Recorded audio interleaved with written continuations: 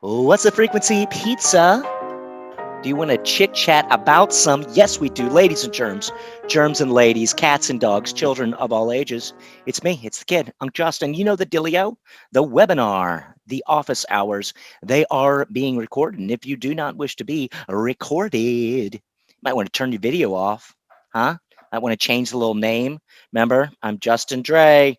Here we go. Unc Just, the kid, the self-ordained clown prince of the pizza party, the court jester of the pizza party. I say, have pizza, will partay.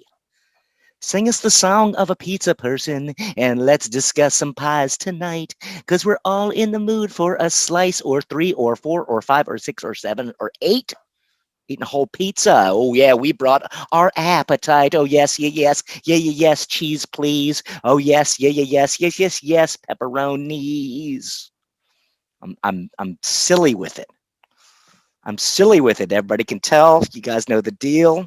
Got my schnozberries on. Got my yellow shirt, a lucky shirt.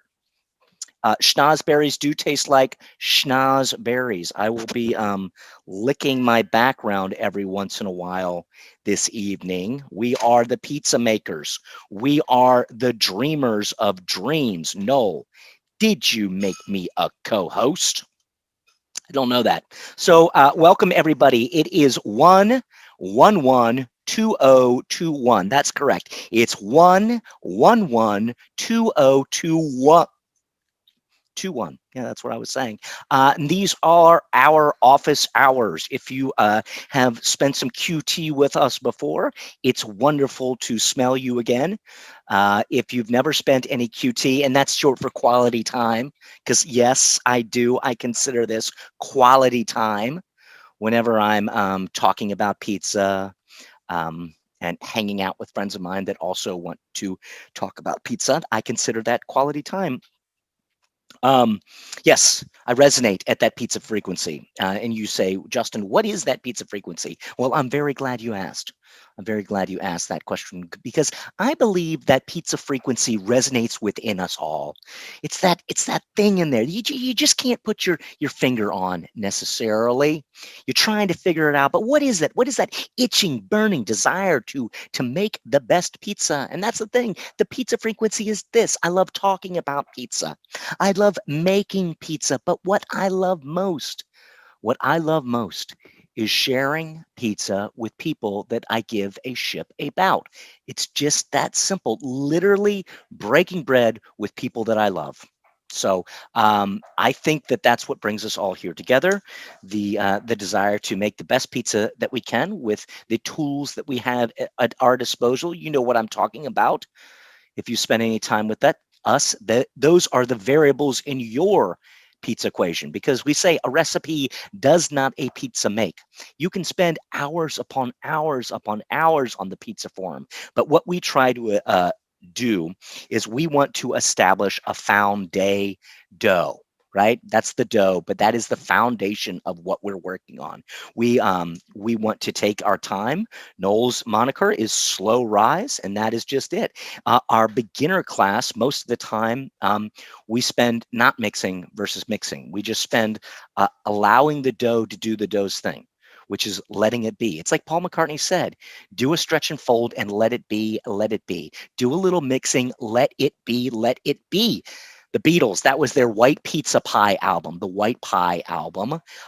Very, very good. One of my favorite albums. And delicious too, if I do say so myself. Um, so welcome, welcome, welcome. Yeah, what we've done is we've established office hours. So Noel and I will fend questions, and hopefully you have taken some of our classes before, whether that is in person with us or the on-demand classes. And Noel likes to make sure that everybody's questions are taken care of. However, with more classes we do and more people that are in our pizza quorum, our brothers in our bros in dough, let's call it our bros and dough. There are just too many questions. There are too many questions for Noel. He's spending too much time on the old answering this, and he can type, I think. So what's really good is that I still don't know how to type. In seventh grade or something, I went to summer camp to. I took that little typing game where you like kind of play a Space Invaders with JKL. No, it doesn't stick in Unc Just's brainy head. That's just not the way it goes. So we decided that we would spend some QT with people on Monday nights. We usually spend about 2 hours. I think that it's going to go down to about an hour in Bente Un, but who knows? Who knows? Yes, I still have my wonderful hairline. Everybody can see it's still receding, but you know what? That's just the way it goes. So that's 2020 and 2021 for you. So this is what we're going to do.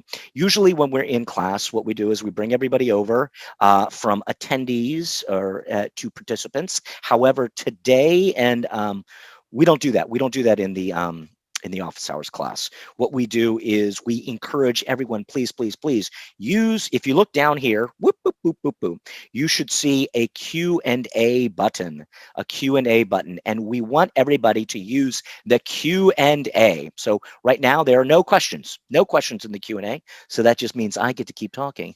Oh gosh, you all are lucky.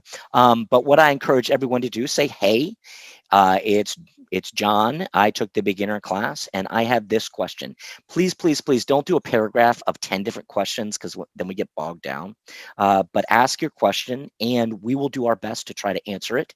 And if it's something that we have questions about, and Noel will tell everybody this often, your question will lead to questions of ours back to you so we can help diagnose whatever issue you may be having. So if that is the case, we might encourage you to come on down, so to speak, promoting you to panelist. If you spend some QT with us, you know that that is a lovely song. I'm promoting you to panelist. Oh, yes, yes, I am. We'll promote you over. We'll open up the video. We'll have some chat back and forth. Also, please, please, please, speaking of the chat, I want to encourage everybody in the chat, introduce yourself. Where are you? What's your favorite type of pizza pie? And what you're looking to gain. And if there are any tools or insights that you can offer, if somebody says, well, where can I get this cheese? And you've got a local purveyor that will ship, or I'm looking for some pepperonis. Well, this is somebody that I've found. Or if maybe you did some research on pizza making forum and found something, and you found a great link that you think could be helpful to the rest of our pizza, you know, our bros and does, let's say.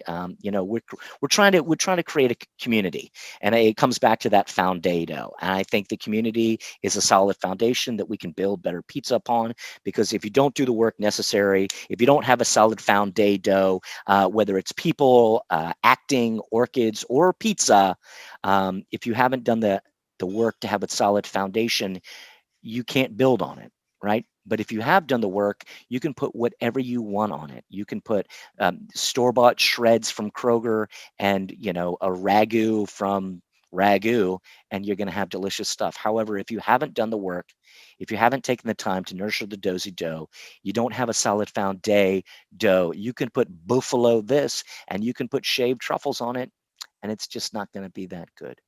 So that is what we strive to do. So welcome, welcome, welcome, everyone. What is shaking? There he is, Gary. What's up, QT? You know, we got that quality time.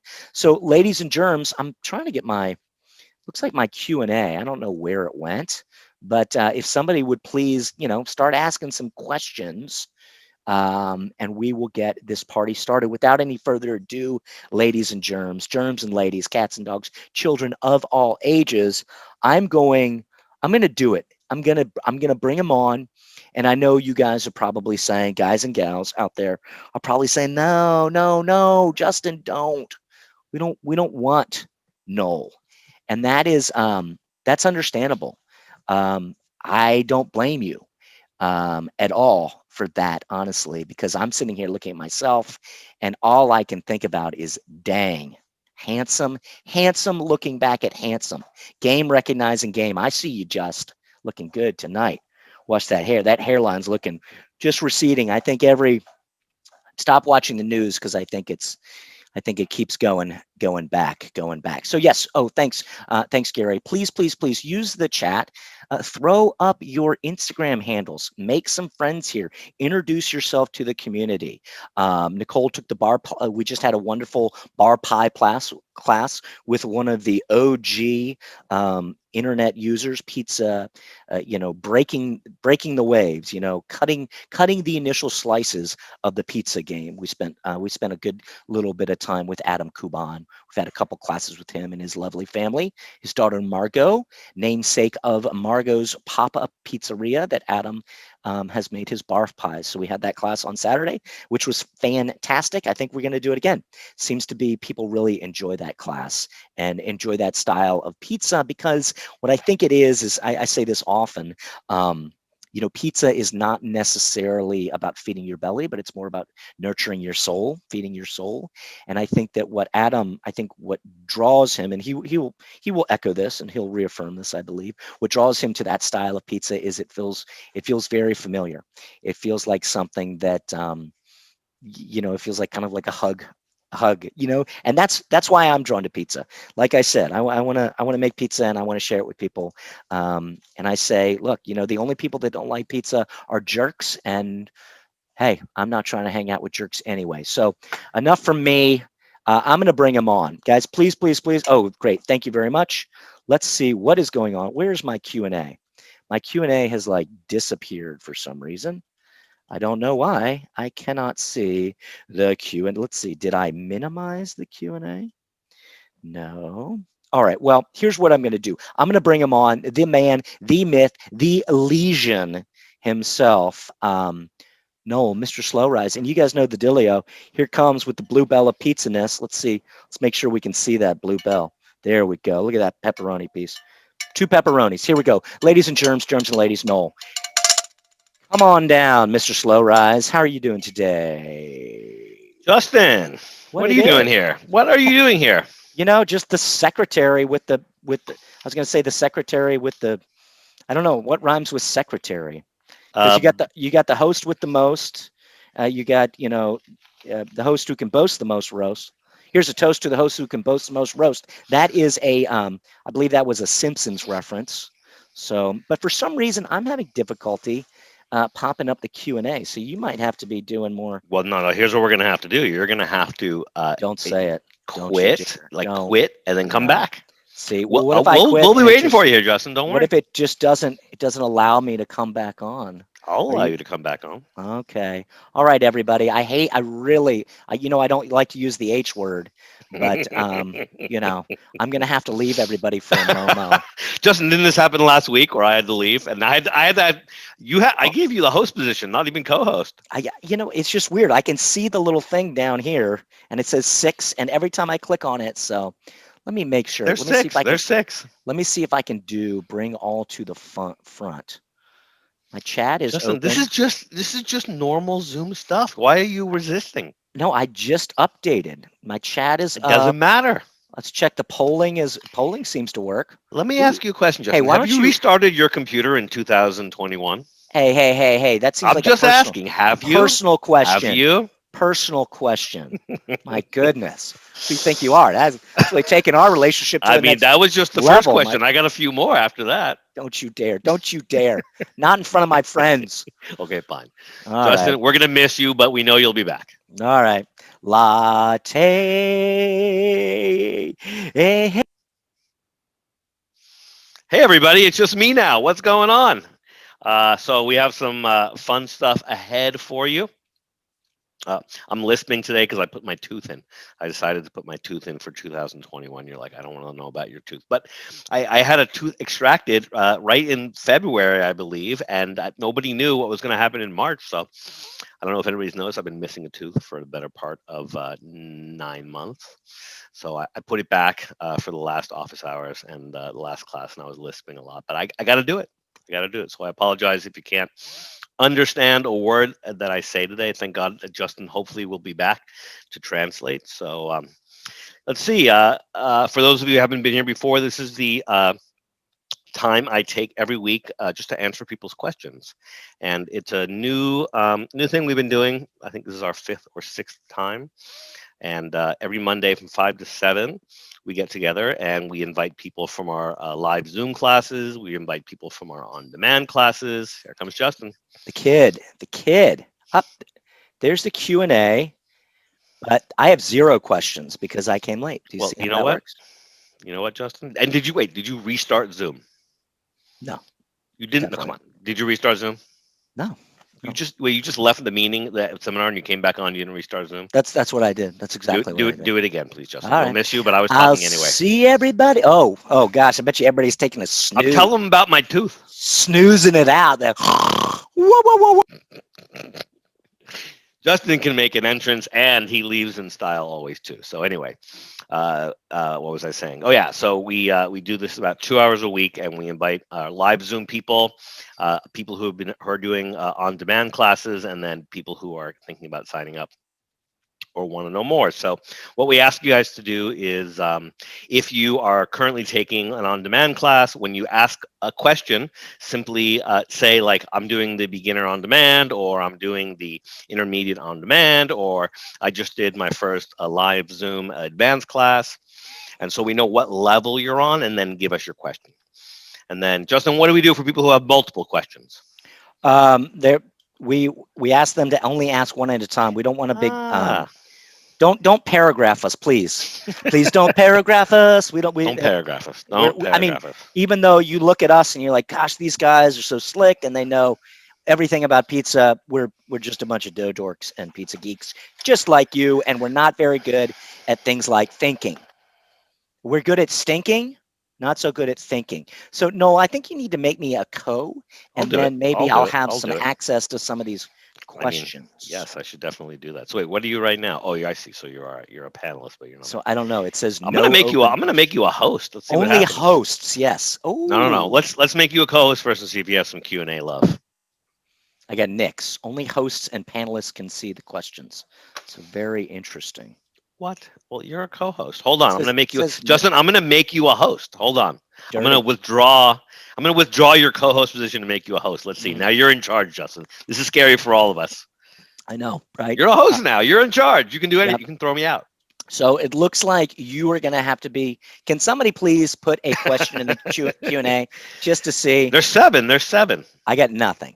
My Yeah. hand is raised Well, though. Justin, I'm gonna have to read the questions today, and you're gonna have to answer. What do you say? Sounds good to me. Thank God. Let's all right. Call Well, it a hold day. on. Thank God, Justin. This is actually a fortuitous event for you.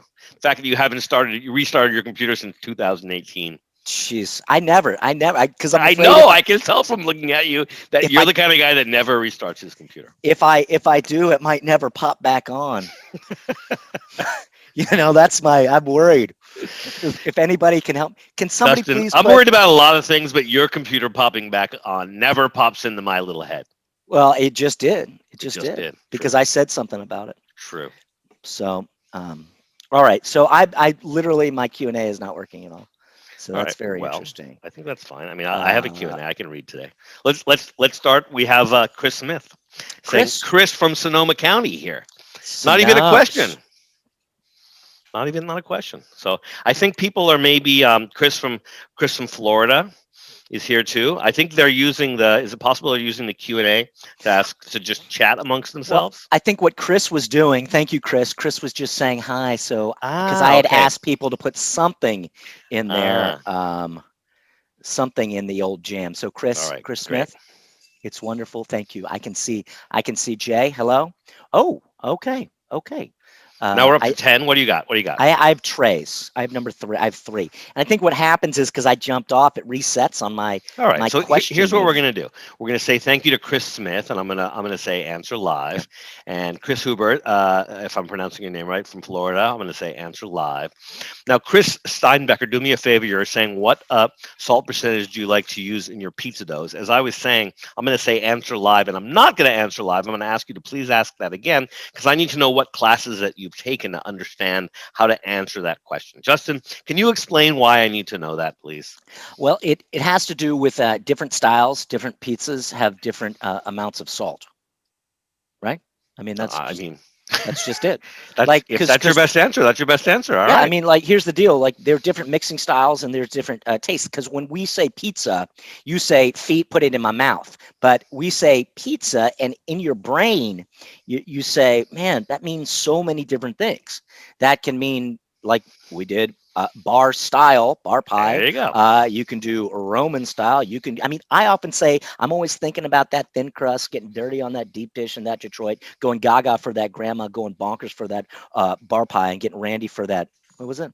I don't remember. But I always, Randy for that Roman. there we go. Thank you very much. But they're all these different styles, True. and so that is that. But they're all pizza, right? Well, let's try it. What do you like, Justin? For what would you say is the average for, let's say, a Neapolitan? What's Okay, the for average? Neapolitan style has 3.2%.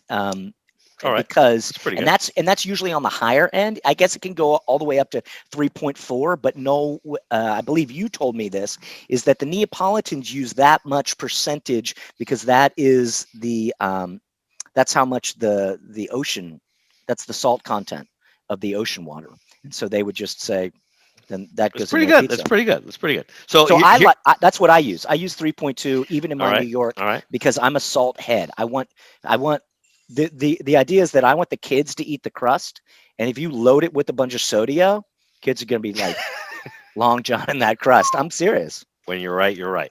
There When you you're right, go. you're right. All right. So So here's how I would answer that question. You're pretty close. You're pretty close. Now, I know thank I you. caught you off guard. So here's what I would say: the Neapolitan guys go 3.5%, even Mm. 3.6, and I don't know for sure. Maybe somebody knows better than me, but I'm told that the salinity of the Atlantic Ocean's around 3.5 and the Mediterranean's around 3.6. So I don't know if they're related, but what I do know is that the Neapolitans use dough to retard fermentation to slow it down. Because back in the day, they didn't have any refrigeration, did they, Justin? No, no refrigerator, but at least we got things like pancetta. We do. Now, how And about this? Another one, Justin. What would you say for New York pizza? What would you say the average? what do we do? We Uh, do 3%. I little, think we little lower, like little lower, a little little lower. lower. I always like our 333. Weren't we doing some stuff with that? So I would say that we average about 2% for the New York. Really? I I Really? I always like when we do our three. I like 3%. What was it? 3% sugar, 3% salt. Thought that gave Three us a percent nice. olive oil, 3% Right. sugar, 2% salt. But pretty close, pretty close. This is your first time. I'm putting you on the spot. No, no, You're no. doing pretty good. You're, I you're know pretty that good. You're in the ballpark I have mixed that dough for you multiple times. So this with guy 3% in there. 333. So Justin, we I like that. hate to tell you. I hate Whoa, to whoa, tell you. whoa! You can't Oh, use that don't use word. the word. I'm not proud to say that I have one thing memorized, and it's my recipes Mm. because they're not mine. I'm not making this stuff up. I know a lot of New Yorkers. I know what they're Don't doing. make me go back into my notes, I'll make you go back in your notes, Justin. my pizza notes. I definitely have some 333s up in there I'll bet you for do. our class. You like it salty. We should know this about you. Yes, yes, indeed, I do. All right, Um, so hold on. So we've answered some of the questions. So Kurt, your question about salt, I think what we want to say is that depending on the style of pizza you want to make, New York pizza, Neapolitan pizza, Roman, Detroit, you name it, there's a tradition that certain people follow for the level of salt, and then, as Justin always says, your pizza equation, your inner clock, your inner pizza maker tells you, I think I'm gonna go a little saltier on my New yeah, York. I'm gonna dial down the salt on my Neapolitan, right? right. We talk about this. It's like you are vibrating at your own pizza frequency, and pizza is very subjective. Just like I said, you might like this style. I like this style. You might like these toppings. I might like those toppings. So I just want like start at something like Noel is saying, and then go up or down depending on your taste. If you got hyper high blood pressure like me, maybe you don't want to be putting that much salt in your dough. However, if you want to live on the edge and have a hairline like this, maybe you put that much salt in your dough and in your sauce. Yeah. And really, just so you guys can see, I'm on a sodium kick because I just had half a bag of sunflower seeds. Now I'm not going to eat them today like I did last time because I thought it was like a lot of me eating. I was going the whole time. But I love the sodium. So yeah, there's a bunch of different rules of thumb. I say walk within those lines, play within those lines, and then break them. And And break them. Yeah, I mean that's the Excellent. thing. Yeah, Learn the technique and learn the method, and then once you've got the method down, start working with your recipe. So I like it. I like it. great. All right. So Jim Marzo has a question. Are you able to see Jim's at 5'10"? I do. No, I see Jim's at 519. Well, hold on. He So might have another one. Let me just go down to make sure. so he's asking it again. So Jim, hey, Jim, and lives in Singapore. Hello. Jim from Singapore. Super humid there.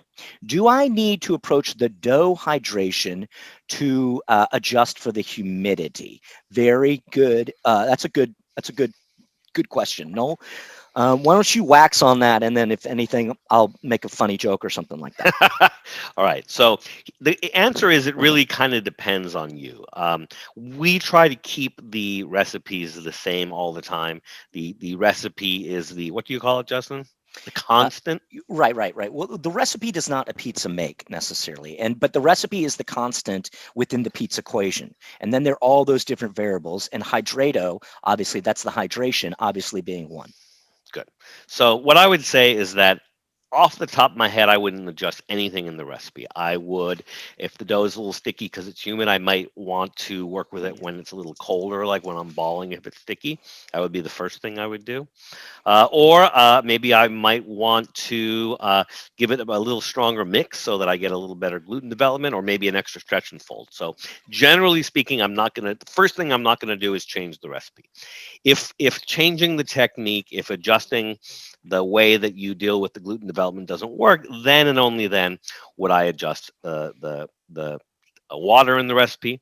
And for me, it's sacred. The recipe is sacred because it doesn't just make the dough less sticky. It does a lot of other things. It changes the texture, changes the way that it ferments and the speed at which it ferments. So there's a lot going on with water besides making dough sticky. So, but if you find that it's really humid, like in the summertime or when it's raining, yeah, for sure, you can definitely adjust your hydration down a couple points. Justin? Yeah, and Jimmy, what I would say is it doesn't necessarily matter for hydration. And I mean, if it's super humid, it's probably very warm too. And so those two things have a tendency to go hand in hand. So what you need to work on, not necessarily adjusting the amount of hydration in your dough, but more so being in control of the temperatures, right? Maybe you need to use colder water when you do your mix, right? And when you stretch and fold, maybe you're not letting it sit out at room temp, whatever that may be, in humid Singapore. You might have to put it directly into the walk-in or the refrigs, ASA pizzle. What are you guys making labels over there? You guys having a We are label making party? labels. It's a busy day. I'm making What are you labels during class. what are you I'm listening labeling up? though. Wait, what are you labeling up? So many things. I mean, I've got I want to events show me. coming up. Show me one thing that you labeled. All right. But No, I haven't labeled anything yet, but if you want, let's see. Here's something I labeled. This is Dom's. I'm working on a new sandwich and pizza concept in Beverly Hills, mm, and mm, so mm. once my pile reaches like epic proportion, it needs a folder. Once Critical the mass, I once understand. the folder is full, then it gets a notebook. That's my Gotcha. workflow. There you What do you go. think? Hey, good flow. Everything has a system. But what we're saying is like, so it's not necessarily humidity, it's how warm it is. So if it's 100, Hold on, Justin. No, I mean, I agree with you, it's just what I'm. generally speaking. But So here's the thing: we might be biased by our own environment. And true, here true. because for us, when it gets humid, it's usually warm. But in other places, it might be raining, and that's why it might be cold and rainy, and that makes it humid. Doesn't really happen here, right? There you go. There What's you go. rain? We live in a desert. Well, we had some rain. We had some rain. What We are last? not familiar with humidity except in the summer. Correct. We're Correct. biased. Me and you are biased. We're city dwellers, and we live at the bottom of a deep desert, a Yep, that's valley. true. That's true. But my rule of thumb is humid means hot, and make sure that your temperatures are colder, because you want to be in control. What we say is you want to be in control of the Dough. the fermentation of the doji dough. Justin, I'm finally So catching on to you. there we Finally. go. There we go. So um, there we go. All right. So let's see. All right. Nicole, hi. Hello. It's good to see you again. Nicole was with us, I believe, for Adam's class. So awesome. Awesome to see Hi, you. Nicole. Hey, Chris, we do seem a bit odd. We are odd, but we're very nice. We do not bite. We do not bite. Well, thanks for checking us out for the first time. All right. So, okay. Nicole, I'm coming to you. What type of kosher salt do you like? Diamond Crystal or Morton's? We like Diamond Crystal. So yeah, a lot of the chefs that I work with use diamond crystal. Something weird is going on though, because I some of the restaurant supply stores that used to always carry diamond crystal or crystal diamond, I never remember which it's called, are now only carrying Morton's. Now I know some chefs that are like, no, no, no, no, no. Diamond crystals for cooking, and Morton's is for other things, Hmm. like cleaning the snow off your driveway. So I don't know what that is. I just know that a lot of chefs that I work with are not really Morton fans. So sorry if there's any Morton fan out there. I tend to follow what my chefs do, and my chefs say Diamond Crystal. So that's what I Yeah, say. Justin? I feel like I just heard something that, and this goes back. I think we did a dry brine on our turkey. We did a turkey for Christmas. We did a second Thanksgiving, my wife and I, and in the recipe for the brine, it was saying that there's difference in volume with Morton's Ooh, and Diamond Crystal. That Morton's for might sure be a there little is. flakier. So that just goes back to our recommendations, that one of the things, if you really want to get super serious within this pizza game, please get a scale. Please, please, please, please get a scale. I have Can to you say, explain that a little more, Justin? Because I think it's an excellent point. What's up with like kosher salt and flakes? I think you muted yourself. Kosher salt, flake salt, iodized table salt. What's your take on that? so I mean, okay? We don't use iodized table salt because we want as few other funky. We don't want any iodine in our pizza. If that's all you have, you can use it, but we encourage you, please don't. Um, don't use, table salt if you can help it. Noel likes to use the Diamond Crystal kosher salt, because it's consistent. It's consistent. It's good quality. It's kosher. There's nothing else in there except salt. I'm sure that the Morton's is just as good. I've never used it. I believe I've used the kosher salt from. Interesting. I believe I've used the kosher salt from, or I think they have flake salt at Trader Joe's that I think I've used before, but we always weigh it out. We're Hmm. not doing a tablespoon. We're not doing a teaspoon and a half, because just like I said, the volume on the different flakes might be different.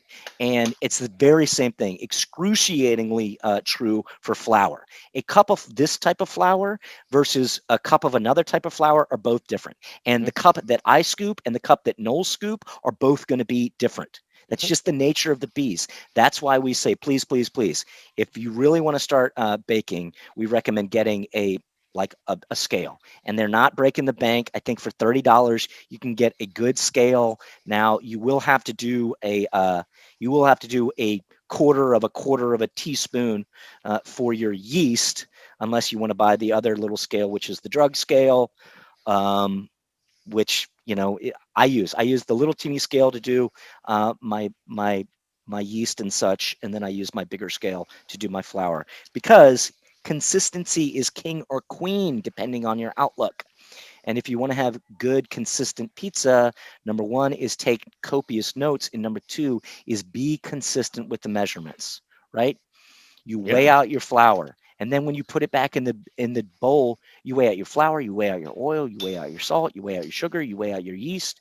And then when you put it back in the bowl, you reweigh everything out to make sure that you're not making mistakes within, because hey, we're only human, and Yeah. mistakes are bound to be made. Now, So Justin, we should tell people that besides teaching, we also do consulting. And mhm. so when we're developing a recipe, we don't want to take any chances that we misscaled. So we always scale twice, the first time when we're scaling and the second time we're going into the bowl, Because it's right? not fair to a client if we make a pizza and we screwed it up and it's the best pizza, I that know, they're right? And we can't wasting do it their again. time, and we were Wasting like, their oh, time. I don't know. So scale 3 4 times, mix one time, and always taste your raw dough to make sure you put your salt in.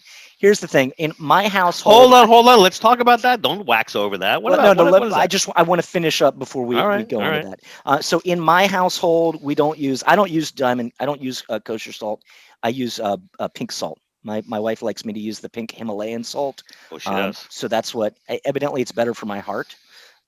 So we use that, and then we finish with Maldon. Noel is a salt freak. What were those ones? The Bali Pyramid we have. We do like those. Your Fleur de Sel, which We is we love the fleur de sel. the gray sea salt, the salt Celery, gris, we like that. We salt love all gris. those beautiful different finishing salts. You're And right. Good. so You're good, Justin. well, You're I paying know, attention. I know. One of the things that I like to do, and this is just before we get into tasting your dough. Back in the days before pre-pandemic, pre-COVID, like in a year like 2019, let's say, Noel and I were working a bunch. We would doing our classes at Surface Supply Restaurant Supply Store here in Los Angeles, and they had this of Ibiza, salt de Ibiza, which had it was a really nice salt, but it also had like some flowers that had been crushed up in it, and so it was just like it looked like one of those old Morton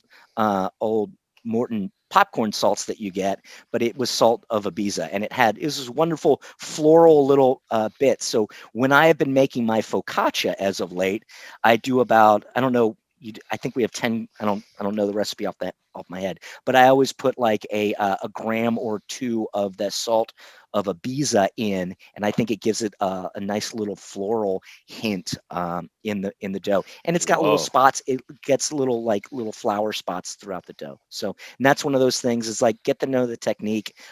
Do it till you're crazy, and then you start messing around with your recipe. But yes, we always taste our dough after our mix to make sure you don't. I'm not sitting here encouraging eating a ton of raw dough, ladies and germs. However, you do want to taste it to make sure you did not forget to put your salt in, because I can promise you unsalted doji dough is no bueno. No. Yeah, no, I'm with you. I'm with you. There we go. How can I add anything to that? I You, know. you said it all. You literally said it all. Unsalted dough is no bueno. No All right, bueno. so here we go. Here we Oh, by the way, go. who called us a couple of knuckleheads? I'm gonna make a note. Who was that? That was Chris. Chris Thanks, Smith. Chris. Chris was just saying hi. We are Hi, you knuckleheads. we're a bit odd, but Thank we are you. nice. We're We very are a bit nice. odd. Thank you. That's Um, actually the nicest compliment I've had all day. So John Hughes, hello John, John, Massachusetts. All right, I'm from Virginia. We're neighbors. We were neighbors back in the days. Just viewed and followed along with the intermediate on-demand class this past weekend, and had Yes. overall awesome results. Thank you. So for everybody who doesn't know, the beginner class we do a hand mix. The intermediate class, the on-demand classes, we do the improved mix, and then in the expert or advanced class, we do the was it the hypermix? The what is it called? The hypermix, right? We call it The, the intensive mix, and the then the intensive subset mix. of that is the hyper. Yeah. I call it the spaz mix because No, that's no, no, no, no, basically no, I no, call no. it the spaz Don't because call that it was that. what everybody called me growing up. Oh, I'll be Justin, how okay. could you do that? You're like, I'll you're be like bullying the dough. I'll be okay. That's the spaz mix. Okay, so John, his question is regarding brown sugar. So he added 1% brown sugar to the dough, but he found that it burned on the electric deck oven. Aha.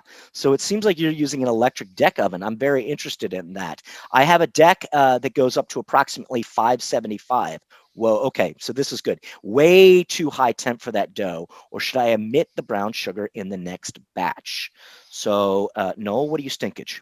I do not think that brown sugar is going to affect your dough in the way you're talking about at 575. So the thing about those electric ovens is they get real hot and the heat is really dry. So one of the things that I like to try to do is introduce as much moisture as I can before I start baking into my ovens. And we talked about this before, Mm, sometimes in the beginner class part 2. Right. So some people like to put some water into the oven, like maybe some boiling water in a hotel pan or in a pot.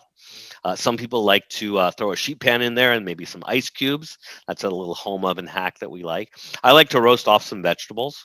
But the point is that if you introduce some moisture into the oven, it will delay the browning, allow the dough to rise as much as possible because it has a beautiful layer, if you will, of hydration or humidity in the oven. So I have used up to 3% brown sugar in ovens over 600 degrees, and I have not had excessive burning. So it could have been the oven itself. It might have been the level of fermentation. There's a lot of things that could cause that browning. So I'm interested to know more details. So Justin, if we want to welcome him to come on and All unmute, right. we can turn this into a conversation because Here it's a we very good question. go. Very Here good. we go. Oh, is my hand still? I'm going to lower my hand. So, John Hughes, if you're there, why don't you come on down? I'm interested. I'm interested to know what kind of deck oven you're working with, because I don't use brown sugar in my dough. I like to use. Yes, sir. I've been using beet sugar. What's up, John? How you doing? Hey, how are you guys? We're doing well. Thank you John, very welcome. much. Thanks for joining us. Yeah. Excellent. Yeah, Give us okay. a few more details if you don't mind. Yeah, sure. I went ahead and essentially did step by step. And to your point, Justin, I usually don't introduce sugar into my dough. I am using a sourdough starter, Mm. approximately 15%, or 15% exactly, actually, is what I used in the recipe. And then, besides that, I ended up only using 1% brown sugar. Unfortunately, I don't think I caught the exact percentage for whatever reason that you guys were utilizing, but it was one of my first times using it, and I just saw excessive burning on the deck oven. So I assumed, I made that assumption. I smelled the brown sugar, and so I I hear thought that you. was Well, it. But all right. Let me ask you a few questions. So, what style of pizza are you trying to make? so it's like I would call it New York. That's the dough I think we did in that, and yeah, so a New Yorkish style dough, or a neo New York, I guess you'd call it, Good. right? And then what kind of flour are you using? So I'm using fresh, semi-freshly milled organic flour from a place, Lindley Mills in North Carolina. Interesting. And is there any brand or germ in there? Is it all milled out like a 00, or is it maybe like a type 65 or 75 or even higher? No, yeah, it's an unbleached malted bread flour. So kind of like I'd say probably, I think it's like a 12% protein or something like Okay. that. All right. My personal experience is that I've used all kinds of flour, and I find that up to 3% doesn't cause excessive burning unless I'm operating at temperatures of, let's say, 725 or more. But not Okay. knowing the exact circumstances that what's the brand of oven you're using? So it's the Capone electric, like their Tiziano. So I got the Tiziano deck oven. So it does crank up hot. It does crank. It can get, yeah, I want to get to the bottom of this, so I'm going to keep asking you questions if you don't mind. All right. sure. What is the? Are you on that oven? Did you get the burning on the top or the bottom or both? Mostly on the bottom first. It was the bottom first, and that's how I noticed that.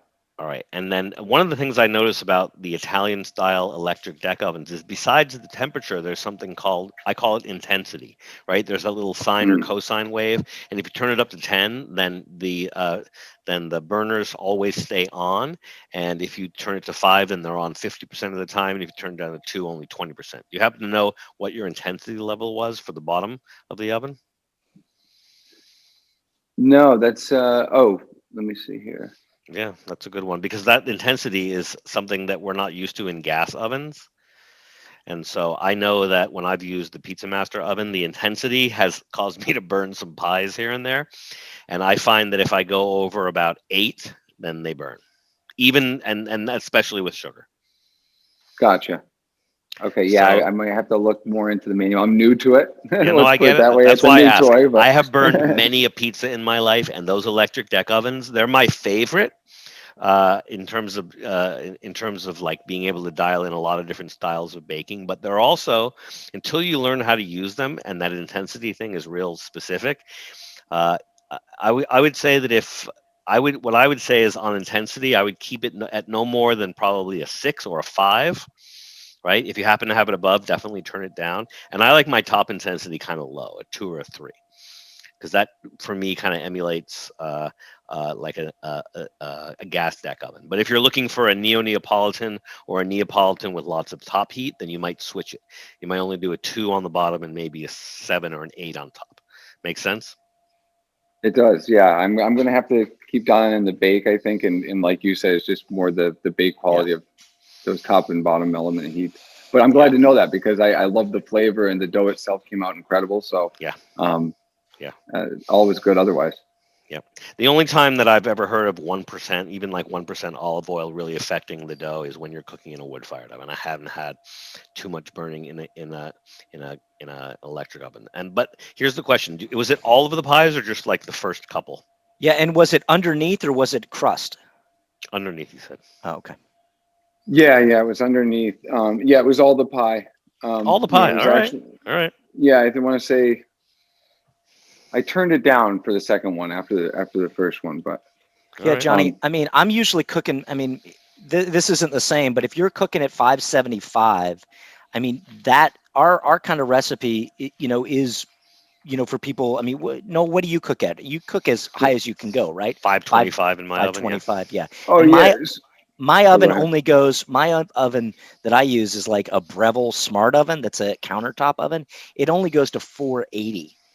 So I'm cranking it at 480 with a baking steel in it to try to get results. So it's just once again, it's like getting to know the tools that you've got at your pizza equation, and Bianco says you burn, you learn. So, I would Yeah, dial it back a little bit. And if you don't like the brown sugar, I mean, I've been using beet sugar, and I've been getting nice browning on that too, without the over caramelization that you get with the brown sugar. So, Over oh, that's cool. caramelization. I don't know. I might take offense at well, over Noel caramelization. likes Noel likes to say I like my pizza over caramelized, according he to likes Justin. at least three different colors, shades of brown in his pizza. That is true. You got me on that So, one, Justin. so it's just one of those things, kind of working within that sliding scale. But yeah, I would turn it down, start at 525, and then see. Now, how long did you preheat it that stone? Yeah, that's what I'm thinking of too. Is the stone was preheated a bit, and I had the actual oven temp was higher. It was like around low six, Yeah. 625, and I think the bottom deck heat I had at like 575, but the top heat was higher. It was probably like John. 650. Oh wow. Okay. So hey Johnny, could you do me a favor? Will you put a link in the chat just so people can understand Sure. what oven you're talking about? Because I have no idea, and I'd love to Capone. see it. Capone. Capone. Thank you. I don't know what that means, but I'd love to see it. Good Yeah, one, So Justin. sure. Thank you. cool, Johnny. Thanks, I bud. Thanks for appreciate it, hanging out guys. with us. Sure. Thank Stick you. around, John, and come back next week if you want to tell us if you figured out if you cracked the code. Oh yeah. I'm about to mix another batch in a minute, so we'll see Oh. what happens. Oh Awesome. hell yeah. That's what we're making There you pizza. go. I'm gonna do a mix in the morning. So, all right. Thank you, guys. So, hey, no sweat, no sweat. Jim is saying he's interested. He's a beginner. I'm a beginner and interested in bar style. Well, you are in luck, Jim, because we just did a bar style pizza masterclass with the master of bar style pizza, Adam Kuban, yesterday, and I believe we have another one coming up. I don't know, in February. We'll have to, I would say, I'll put the link in the chat to go check it out. But we do have another Adam Kuban bar. I believe it's in February coming up, maybe middle of February. So, yeah, it's tons of fun and people are really enjoying it. So, awesome, Jimmy. Okay, okay. All right, here Let we me go. let me go back to that question before you skip. So for the bar style pizza, one of the things that we need to talk about is that um, I think it's kind of an intermediate dough. For if you are a beginner, I feel like it takes a little bit of finessing to get it down because what happens in the class is that Adam kind of explains like you need a day in bulk fermentation, then you need a day in secondary fermentation, and then he's real careful about the dough and how he applies it to the pan and whether you use oil or Crisco or all that kind of stuff. So if you are a beginner, one of the things that I caution you about is that in our intermediate 2 classes, we ask you to make some dough in advance. And so we want you to have as much experience as possible making dough. And so just don't get frustrated if your dough doesn't come out as well as you would like. We will mix the dough together in class. We'll go over the finer points. I think we went 4 hours and 30 minutes, Justin, on Hmm. that class the other day. So it's not a beginner dough. And it takes a long time to get it right. I know that Adam's probably been working on that dough for the better part of 10 years and he's still learning as he goes. So good luck with that dough. We're all trying to get better at it, but none of us is a master. I don't even think Adam Kuban would call himself a master, but Justin, nice of you to call him a master. Absolutely. Absolutely. We love Adam Kuban, don't we? Yes. Adam and his whole family. Adam and his whole family. And Margot. Oh, we love Margot. So Nicole is saying it's hard to find diamond crystal right now. Does she know why? What's up with that? Doesn't know why. I mean, it could just be the hard. pandemic. It's just It could crazy. be the pandemic. There's so much salt in the world. That's one thing we don't have a shortage of. What's up with I don't know. I thought that they didn't have anyway, I'm not getting into shortages. I tried to get a balloon. Ooh, you got to get my balloons back. Still have my balloons. I have your balloons. They're you should see where they are. They're like on my altar, Justin. Good. My pizza balloons. But I tried to get some Mylar balloons filled up, and they told me that there's a freaking helium shortage. It was going to cost me more. What are you doing? What are you doing getting, Justin? Where are you? Look. What do you need? Are you having a party you're not telling me about? No. This was back in Bente. Oh, okay. Probably Bente 2018, 2019. All right. But still, anyway, I thought you were going. Nicole, I thought you were partying again. There's not a lot of party going on. Maybe I got some Coors Lights at the end of the evening is the party that I'm doing. Nicole is saying she's heard that Morton salt is better for brines. Better for brines. So, I know, right? Cool. Nicole, that's what the chefs tell me too. Who knows? Who knows? I got this thing going. Okay, here we go. I'm gonna check out this. Oh, look at that. Man, I want one of those. Jeez What do you Louise. I want one of those ovens. That looks dope. John, when the pandemic is over and when I'm visiting, I might come up and we'll have some pizza in Massachusetts. Or what are you, Massachusetts? Let me say. Yes, sir. Anytime. Cool. Good stuff. That looks great, dude. That looks great. So cool. All right. Here we go. We're going to go down the list. Anonymous attendee. We love anonymous attendees. Here we go. It's such a beautiful name. I use all Trump's flour bromated. Okay. Anonymous is not saying they've taken any classes here. That's okay. How long should I bulk ferment with it, and what hydration should I use for New York style? It's a good question. So all Trump's is super strong, yeah? Yeah. So 2 questions in that. I think the hydration is between 60 and 70%?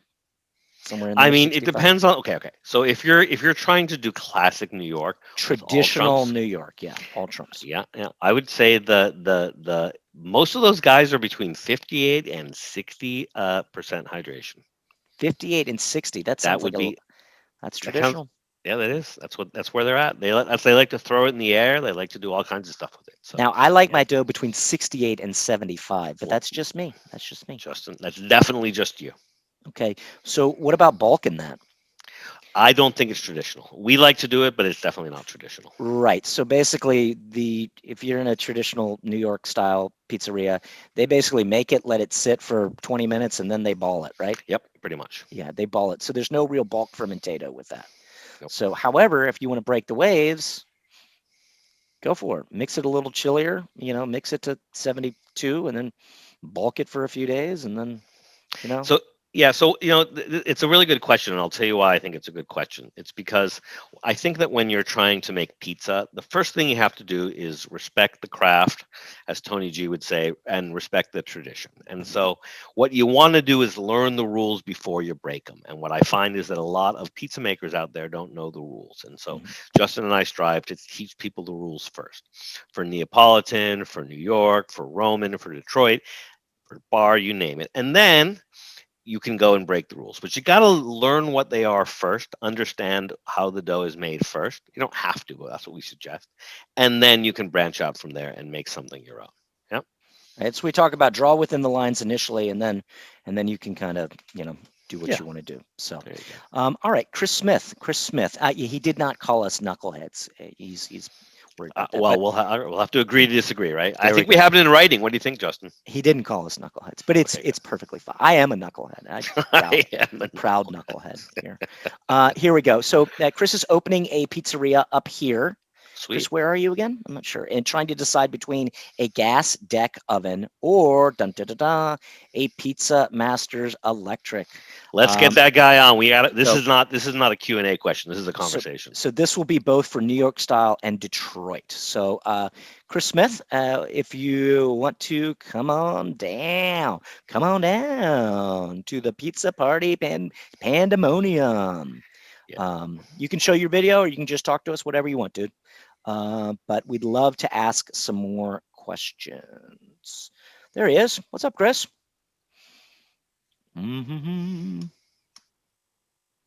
So can't hear you. That's all right. We'll wait. It's a good question. We want to make sure we answer it. Justin, what do we got? Yeah. What do we got? Looks like Chris has got some lickety splits behind him. Maybe you and he could do a little ebony and ivories on those jams. Noel plays the little piano himself. Noel, when's the last time you broke out the old pianos? This morning. Oh, what were you playing? A little blues, of course. There you go. So he's going to restart and jump back on his audio. He said, All right, good. We're gonna wait to answer that question, you guys, because it's a really good one, and we want to address it properly, especially that he is a professional, and we don't want to cut any corners on our answers. Oh, great. So Chris, he's up in Sonoma, so that's great. I love Sonoma. We got friends up there, so that means that I get to go and enjoy vino and pizza pie. Love it. See that? See what I did there? All right. We'll wait for him to come back. Yeah. Let's see what happens. Let's see. It'll be a minute. So let's why don't we let's go on to another one, and then we'll bring him back in just a second. So Corey is saying, Corey Pine, I'm just getting started making pizza, and he's tried making dough with poor results. Wah. So I'm assuming that you haven't taken any of our classes. I've been using pre-made bagged dough. Okay, and you want That's how I started. That's how I started. Trader Joe's. Yeah, and I've got a little. It's technique. Technique. I've been using pre-made bagged dough, but want to improve on my pizzas. Planning on taking the basic course. In addition to the scale, what basic supplies should I have for dough making? And he's using a pellet grill. Interesting, with a pizza stone attachment. Interesting, Corey. I've never seen.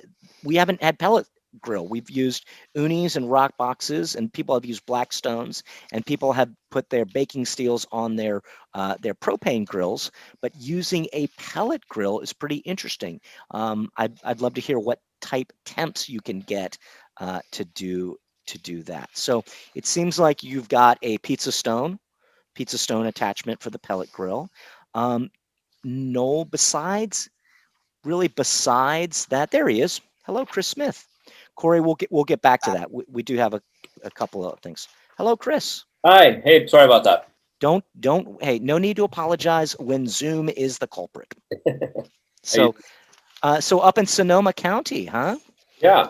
Well, Noel and I will take a road trip after this whole thing is, and we'll come. We'll share some. Why are we gonna wait? And some. What are you doing at 7 o'clock, Justin? Shoot. Yeah.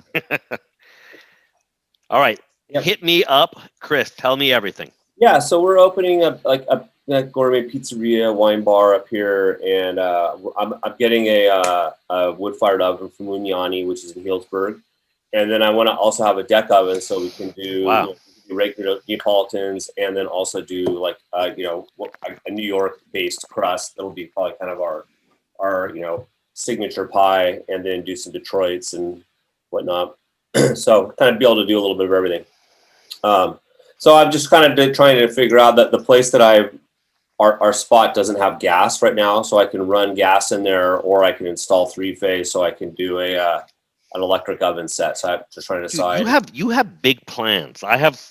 Let me ask you a pre-question. What is your level of experience? It sounds. I'm going to guess you're a contractor because with the way that you're moving things around.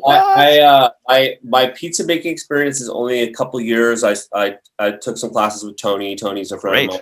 Great. So he's kind of mentoring me a little bit. And I own a couple bars and restaurants in San Francisco. But so bringing in 3-phase is not a problem. Running gas is not a problem, right? That's easy. I'm not going to do it myself, but I'm going to. No, I know, but like here in Southern California, you want to bring in 3-phase, that's like $80,000 minimum. Yeah, I don't think it's going to be too much to do it up here because of where the transmission lines are. Yeah, that's good. The restaurant. But for anyway, you.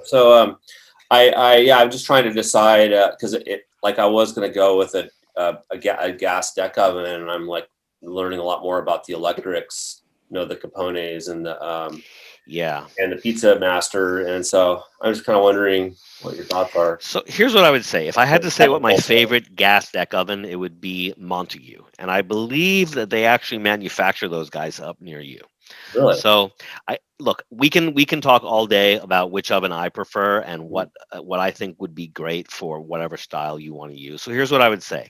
I would say the best gas-fired oven is going to be the Montague, and probably the best made and the best engineered electric oven is going to be the Pizza Master, in my opinion. Right. But I think you got to do your homework, and so I love the Montague for pan pizzas and for also kind of New York style. And here's why: the best New York style pizzas I've ever had, the best Detroit style pizzas I've ever had, have come out of a Montague. Okay. And I don't think it's an accident. How do you spell that? I'm sorry, I don't even. Montague. Okay, got it. Yeah. Now, don't get me wrong. I've had great pizzas out of a Marsal. I've had great pizzas out of Blodgett, right? But I'll be honest, that was a long time ago. Okay. So a lot of those companies have been bought out, or they've made some tough decisions in tough times. Yeah. Not Montague. No compromises. None. And Pizza Master too. I mean, I've had my bad days with those guys because those guys run hot. Yeah. So I've definitely burned a few pies. Definitely burned lots of burns all over my arms to show for it. But those are my two favorite. I was interested because it seemed like they tout the recovery time on those electric as being a lot better. So they're great. They're great. Good. But I gotta say, the beautiful thing about the old Montague deck ovens is that I feel like a third grader could make repairs on those things, right? I mean, literally, the gas company can come out and just make repairs. Right. And probably if you pulled over a AAA tow truck driver, he's got almost everything in the back of his truck, tool wise, to make any adjustments you might need. Those electric ovens, I think you need an electrical engineering degree and then some. So I'm not saying I don't love them. Right, I drove an old classic Porsche for the better part of 20 years, so you know that I like to punish myself, right? Because otherwise, I would just drive a Toyota Camry like everybody else and get from point A to point B. But here, what's the name of the pizzeria, Justin, that Justin owns on La Brea? Apollonius. Look at the Apollonius pizzas that are coming out. It's you can maybe you'll put a link in the chat. Yeah. So our friend Justin does his own version of a Detroit and definitely his own version of a New York, and those pies come out of these old Montagues that are unbelievable. So he does a 20-inch super thin crust pizza, blasted at 600, 650. What a pie! What a pie! Well, I appreciate it. Thank you. I'll sign up for some classes. Yeah, keep an eye and come on back for the office hours. Next week, this is our last week of 2 hours. Next week is going to be 1 hour. We're going to go bing, bang, boom. Right, Justin? I guess so. Yeah. Beautiful. Chris, nice to meet you. Thank you for joining us. We'll see you for some wine and some pies. Buddy. That's right. Good. That's right. Cheers. Cheers. I just put the Montague into the chat. The gas oven. What did we have at Irwin? And then I just put that was Marsal. I just put Apollonia's Pizzeria. Justin's doing those cheese crowns. You guys have probably seen it. Oh yeah, but he only does a couple of those Detroits on the weekends. I think mostly what they do is they do New York slices. It's a slice shop or New York pies, and it looks delicious. What kind of oven does he have? Who? Justin. He has a Montague. Oh, he does. Okay. He has 4 of them. 4 of them. Also, Justin, I want to give a shout out to Nicole. Nicole is working with Slow Rise now, and she's putting together a suggested smallwares and equipment list for us for 2021, because we get these questions over and over again. Besides the scale, what do you recommend? Yeah. So we've got some big projects planned for 2021. One of them, believe it or not, Justin, I don't even know if you know about this yet. At Surface Restaurant Supply, there's going to be a little Slow Rise section. Get out of town. And Nicole is helping us curate it. So thanks, Nicole, if you're still out there. You should definitely have like a life side cutout of me and my pizza Justin, if you would costume. stop spazzing out for long enough and hold still so we could take a picture that wasn't blurry. I don't know why, Justin, but all the pictures I have of you are blurry. We can do a deep dive here. I'm gonna find some.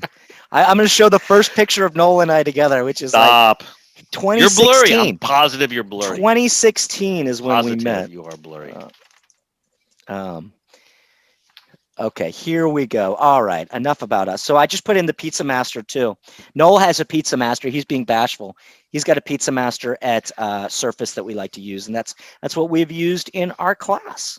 That is what we have used in our class. So, all right. So, Corey, let's go back to you. Sorry that, well, not sorry, but we want to make sure everybody's questions are answered. So, Corey was saying he's been using the pre-made bag dough to. I'm planning on taking the basic course. Thank you. In addition to the scale, what basic supplies? So here's what I would recommend. If you want, you need. I mean, no. I mean, what like a scale the first, is. you know what the second thing is, Justin. I was You going don't to say I was going to say a peel. No. A thermometer. Oh, a thermometer. Yes. Thank you. Come on, Justin. Give yourself a little pat on the back. Yeah, a thermometer. That was me flaking there. Sorry, guys.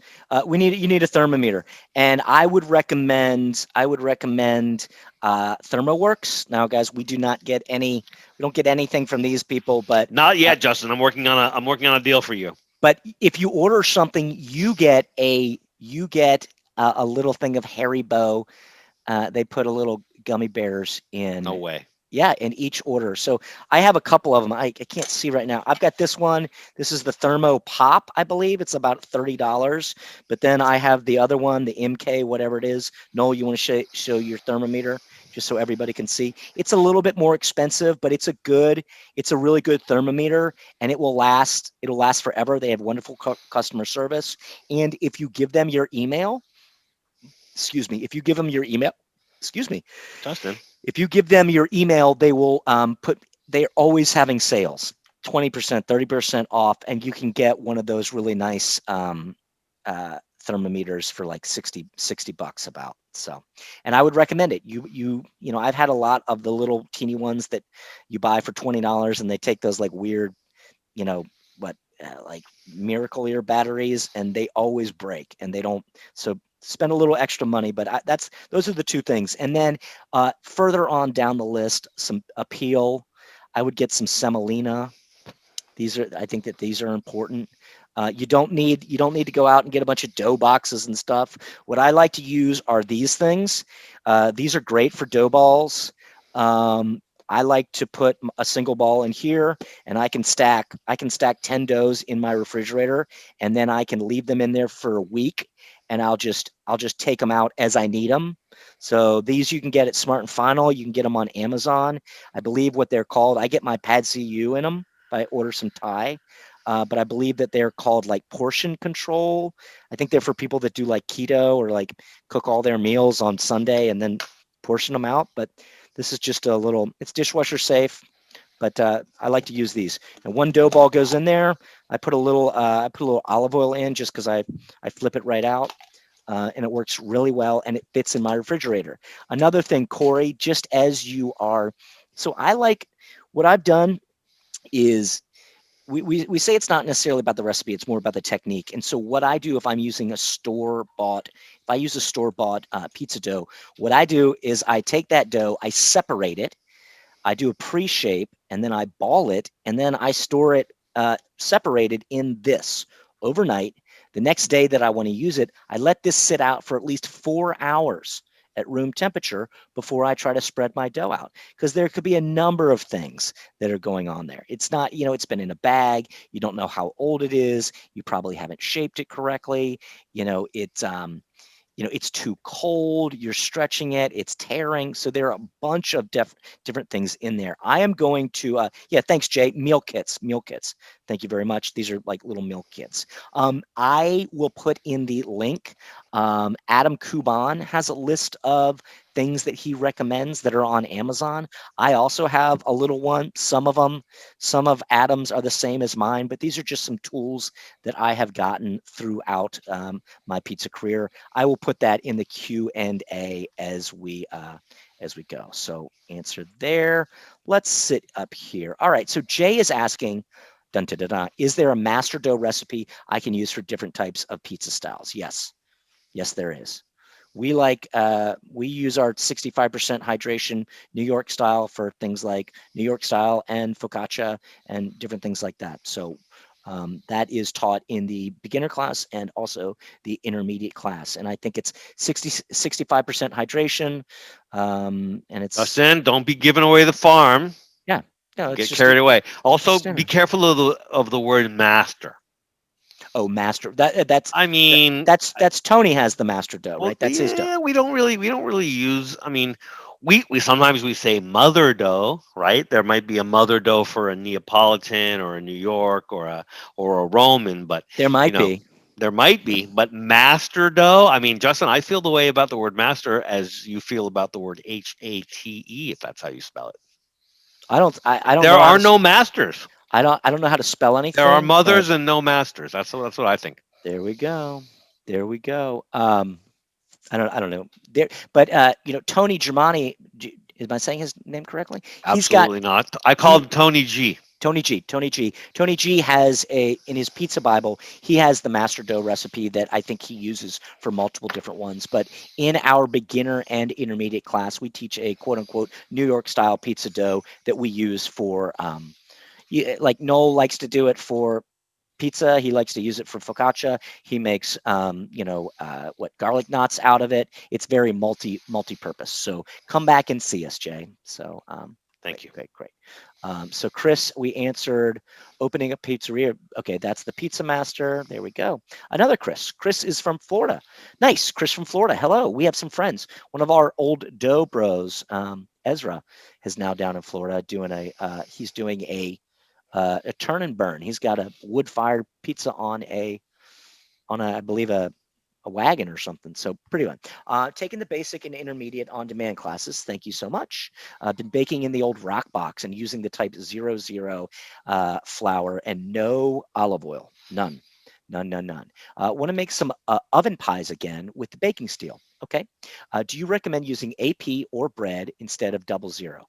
Yes. And adding back in olive oil and honey or sugar. Yes. Yes, we do. Justin, let's have a discussion. Hold on. Let's have a discussion. Let's go here. I use a starter at 20%. Okay. 20% starter and 65% hydration. So Chris is asking, what should I change? Do you want to bring Chris on? More than anything. Although Chris? I do like listening to you read publicly. Oh man, I mean, if I didn't have to read and I just had one of those ear prompters, I would crush it. You would. I would just crush it. You would. If I just never had to do, if just people tell me what to say, I could just say it all the time. Just say it with confidence and conviction. Here we go. Chris, come on down to this pizza party. Come on down. All right. Justin, just want to remind you, you are the host. I can't do anything right now. That's right. And don't you forget it. Don't you get out of line, or I'm throwing you back to an attendee. Good. So Chris, hopefully you're jumping on with us. Chris, let us know when you are there. Let us know when you're there. Are you there? Yes. Hello, my friend. Hello. Chris, ask us in your own words, please. What would you like to know specifically, and we will answer your every question. So AP or bread, preferred flour. Typically been using bread when I use the baking steel. And then also, I know you had mentioned using the rock box or uni, not to use EVOO, especially with the type O or double O because of the burn. Percentage go up inside, like Neapolitan typically seems to be lower hydration, baking in an oven, electric oven. Say 65% hydration, like the basic class dough, or should it be higher hydration?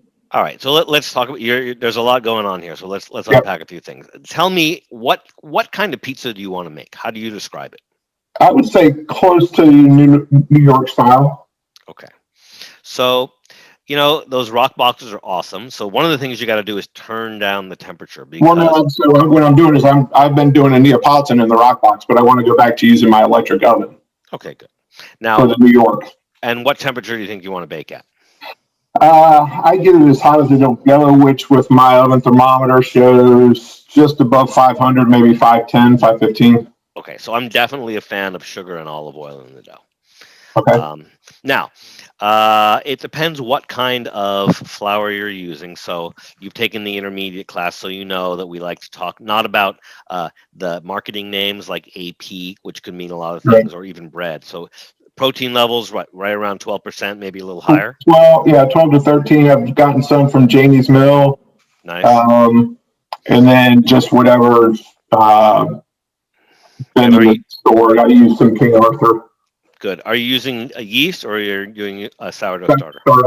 At 100% hydration. Wow. Okay. Good. So here's the thing. Like I know I would say that I don't know any New Yorkers that are putting any sugar in their dough. I would say if you want to go like professional, malt is the way to go. So I would say somewhere between a 0.5% and a full percent of your flour weight in malt would be good. But if you don't want to invest in some malt, then sugar is good. I like anywhere from 1 to 2%, and I think we do 3% in the beginner and the intermediate class to ensure a nice browning and caramelization. I also like a decent amount of olive oil, so I go 3% in that recipe because I like that it gives the crust a little bit of crispiness, and I like the way it softens the crumb. That's me. But you know what? If you are using natural fermentation, you might not need either of those things. Again, I like a real brown pizza, and so a little malt and sugar goes a long way, and same with the olive oil. So, I mean, you got to kind of play around with it and see what you like.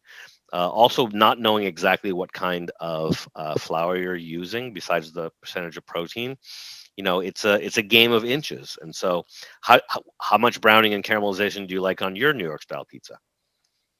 I like it, and I've not used the olive oil before in using with the baking steel or in any pizza. So when I took the classes and saw that you were putting in a lot, that kind of threw me like, okay, what's this going to do? And then you put in, I thought you'd put in honey in one, but maybe it's just sugar, brown sugar. So that was kind of another. We try not to use too much sugar in the house, so Yep.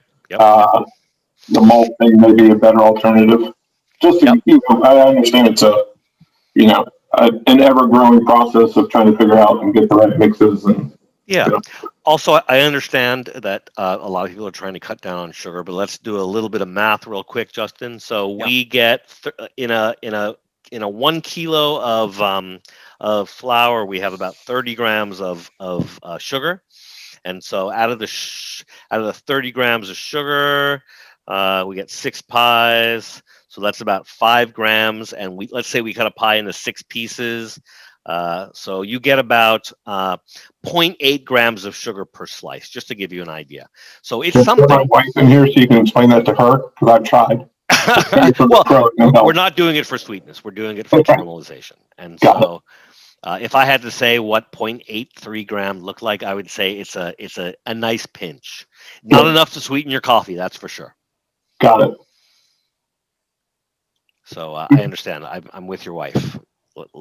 Down with sugar, up with malt. Malt is very powerful. I don't think you should tell him you're with his wife. Justin, I'm sorry. I have to apologize. My wife is trying to keep me healthy, and I know your wife is trying to keep you healthy. It's an So uphill battle. before I let you go, do you have a brand of malt or where would you get? So here's what I would say. Not really a brand of malt, but I like the diastatic malt dry, not the syrup. Also, non-diastatic works great. The one thing you'll notice about malt is you got to really read the ingredients because they're all totally different. And so you can get malt from a lot of different sources.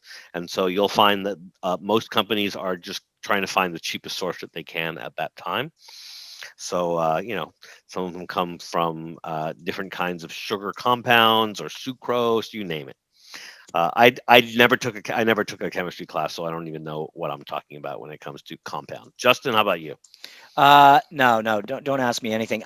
I think as far as compounds in this, I believe you can get diastatic malt on Amazon.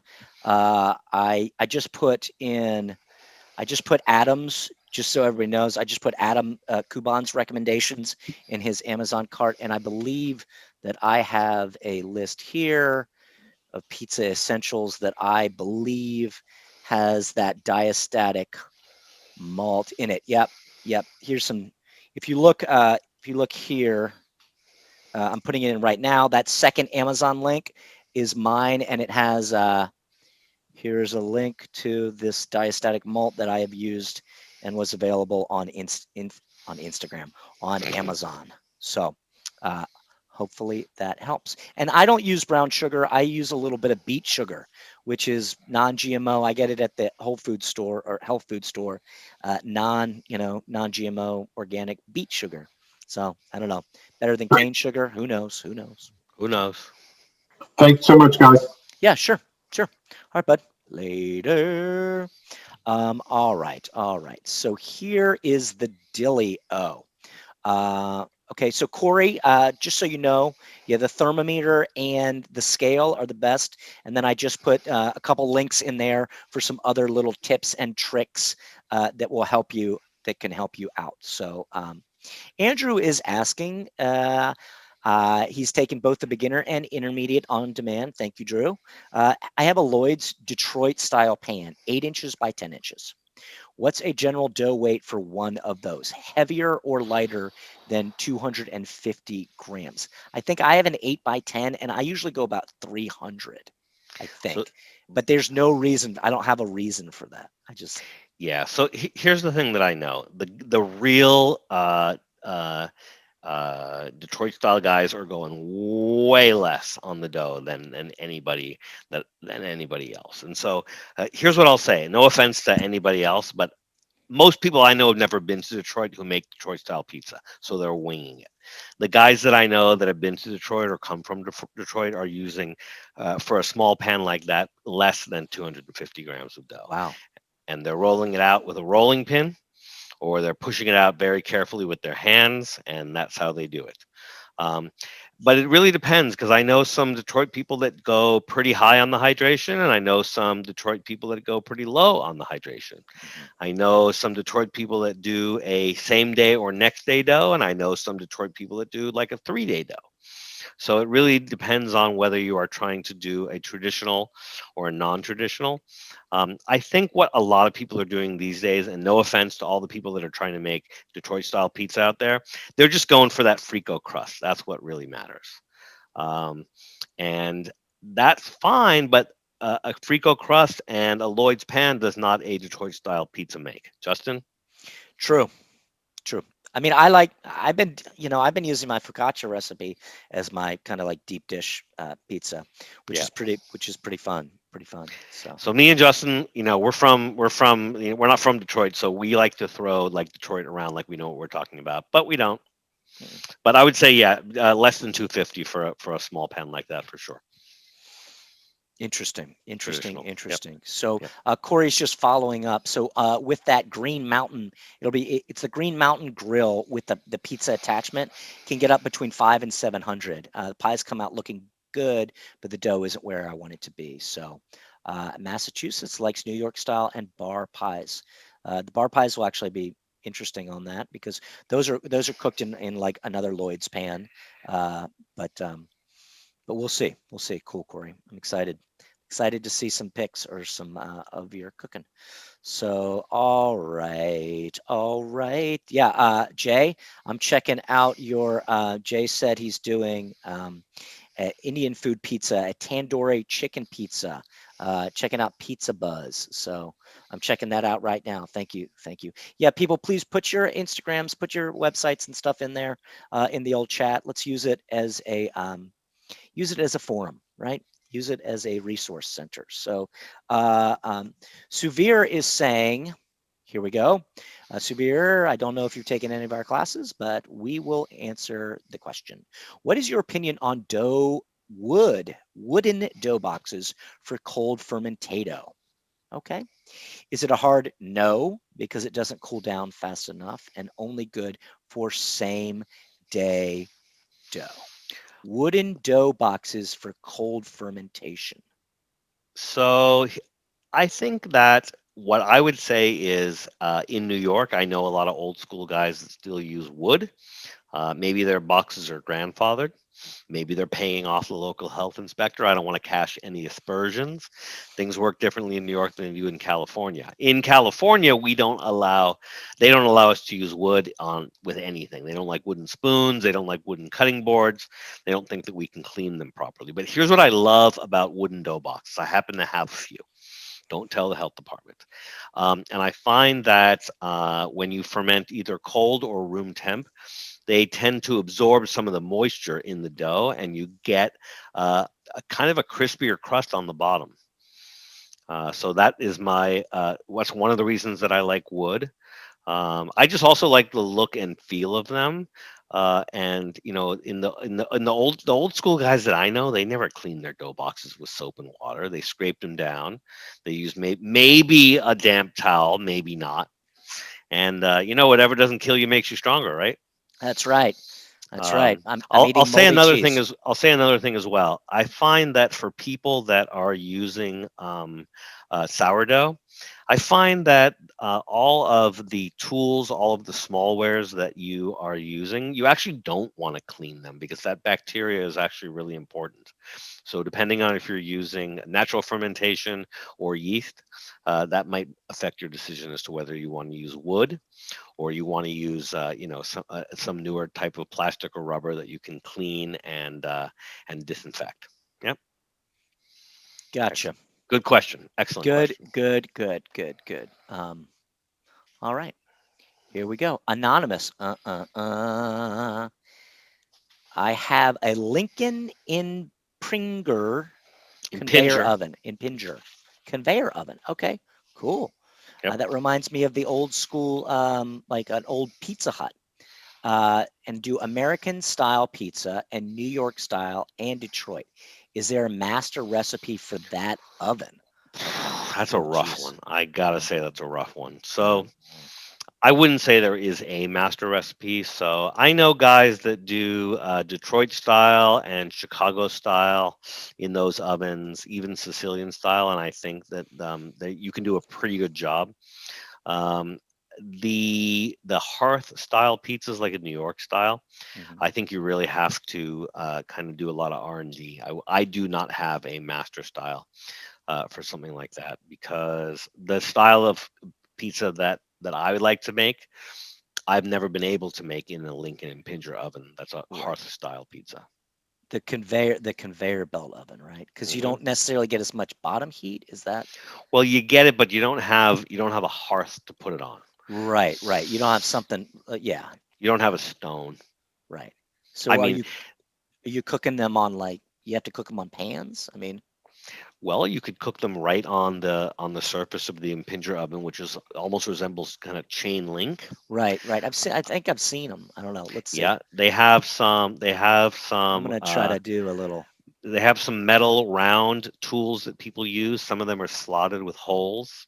Some of them are just regular old round discs. And so, yeah, I have not had great luck with that. There was, I can't remember if Nicole's still on the call. Maybe she'll remember. There was an Impinger oven at the gas company back in the day that was not a Lincoln, but it had these stones that went around in circles. And Oh yeah, I feel like we've seen that. We've seen some places that have instead of the chain link, they actually have a stone that yeah, goes around there. That's pretty yeah. interesting. So So you know what? I would actually go to the pizzamaking dot form, org or .com forum. yeah, Also, I feel like PMQ and Pizza Today are probably better forums than this for those kinds of commercial ovens because they're extremely popular for very good reason. And I'm sure you can find people on those forums that will definitely have better answers than Justin and because myself. they can crank out the pizza pies. They can crank out the pizza So pies. just if anybody's curious here, so uh, the pizzamaking.com pizzamaking.com has a really good pizza forum. And it's just get on there. I mean, it's get on there and sign up, and you can go in and you can search and you can talk to other people and you can look at recipes. It is really a wonderful resource. Now, once again, you're just talking to, you don't really know who you're talking to, but you gotta, like Noel says, you gotta kind of like work, do some R&D and figure out your recipe and then start going from there. So if you're trying to do a lot of different styles in the same oven, yeah, you gotta do some little bit of little R and dizzle, I like to say. All right, Eric is asking, any good spiral mixers that we recommend? Spiral mixers. Absolutely. I need at least a 20 quart. Oh, Eric is, let's get that man on. We need to Eric. find out. You need to ask him a few questions. One of my favorite questions ever. Love Eric. spiral mixers. Eric Garcia, come on down. I'm promoting you, and I just checked out your Instagram. So Luna Micro Pizzeria. Unfortunately, it seems like your website is gone, but Yes, at least, hello. hey, how's it Hello. going? Hey, yeah, with the website, I took it down. I'm in Denver, so I'm not Gotcha. selling as much pizzas right now, obviously, with the cold.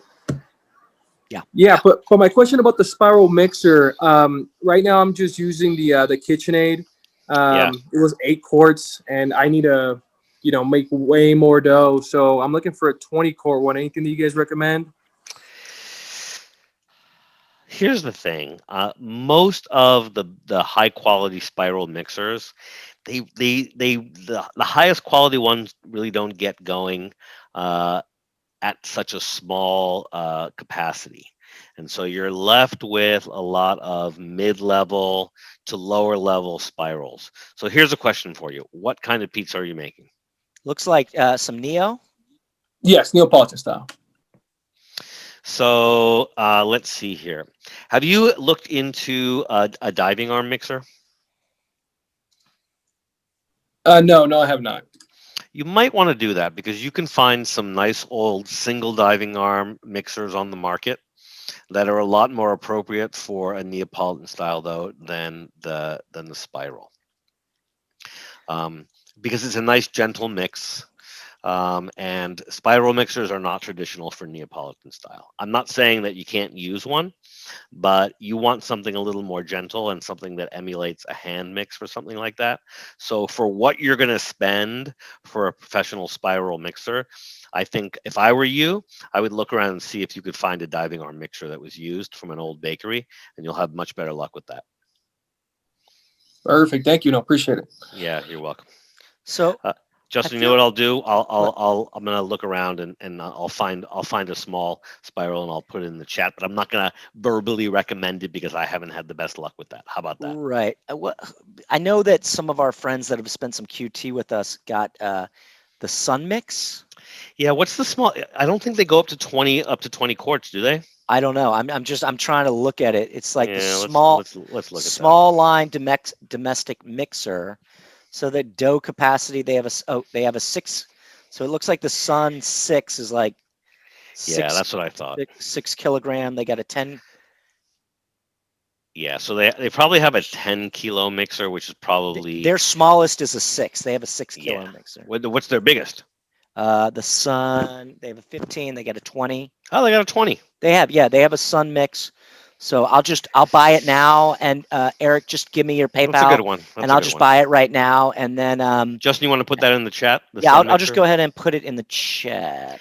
Yeah, I'm just gonna go ahead and hit buy it now. And Eric, you can just Venmo me. So the thing with the Sun Mix, I think it seems pretty decent to me, but I don't know any professionals that are using them. I just say that a few of our friends, I think two guys that we have mixed with before have had that. And they really loved it. And then another friend of ours that was in a class, he broke his KitchenAid, and I think he pulled the trigger because he said he won his football fantasy league, and his girl, he made a bet or something, and so I think he went in on one of these Sun Mixes, and so but that's a spiral mixer, yeah, and the bowl turns as well. So I believe that's okay. That's a planetary mixer. Okay, Jay's saying sorry. Sorry, that is a No, no, planetary. no. The Sun Mix is a spiral. Okay, so that is a. Okay. Is a spiral. They might also make a planetary, but the ones that people It have been says using are the spiral. Sun Mix 20 So is a. here's the thing, guys. So the problem is that depending on whether you're using it in a professional environment or not, Jay, sorry, I got you. it's all right. It might not be certified depending on what state you're in, right? And so you got to be careful of that. Wait, I'm sorry. Can you clarify what that means? It might not be certified. So health departments, building and safety, they all have certain certifications they like for everything from smallwares like Cambro, right? Food safe storage containers, all the way up to ovens and mixers and all that fun stuff. So depending on what city or state or county you're in, even what country, there's different certifications that you need for equipment and smallware. So as far as I know, I don't think those are certified professional. And the only people I know that use them are home bakers that are doing either pop-ups or very, very small businesses. So that's why I haven't recommended that one. It's very. It says is a professional. This the Sun 20. It says is a professional spiral. Justin, you mixer. know what it says right on the side of my KitchenAid right here? Oh, that's right. Yeah. It says professional. Yeah, just up to it's a 6-speed. It's 6 speeds, huh? That's nothing. It's Pizza Goods. Ask for a quote. If anybody wants to get me the 6-quart, I'm accepting all donations. Pretty fun. All right, so here is the deal. Yeah, we're talking about Hobarts. Hobarts are fun. We had a Hobart at the at Hotel Irwin. It was on the 3rd floor, and we were mixing 40 pounds of dough or some crazy amount, and it sounded like there was a circus orgy. How many pounds? On. We were mixing more than 40 pounds. It was a lot. It was a lot of dough. It was 2.5 bags, right? I mean, we were doing. Yeah, we're doing a lot. It was a lot. So, maybe it wasn't that much. What am I tripping? Well, Justin, you know what? That was like you can say whatever you want at this point. I don't remember how much. You're good at everything but. Yeah, letters and numbers and memory. So yeah, the Hobart is fun. But it's a beast. It's a beast. It's a lot. And it's a little bit more. The great thing about the spiral mixer is it's not as aggressive. It's not as aggressive. It's a much more delicate mix, correct? No? Yeah. Than the planetary, than the Hobart. The Hobart's not unlike a KitchenAid that has a tendency to beat your dough up a little bit, maybe more. So Justin, I'm just going to jump in. I'm sorry to interrupt you. I am going to put something in the chat. I'm not going to recommend this mixer verbally, but I'm going to put it in the chat for anybody who's listening and wants a small professional spiral mixer. Okay.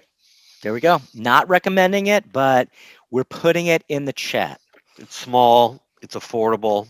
It's may small. Or may not get you. I think the smallest is 35 kilos. Okay, I was going to say it's 77 quarts. That's not very small. But it's professional. And also, what's great about a small mixer like that, you don't think it's small, but you can mix at 10% of capacity.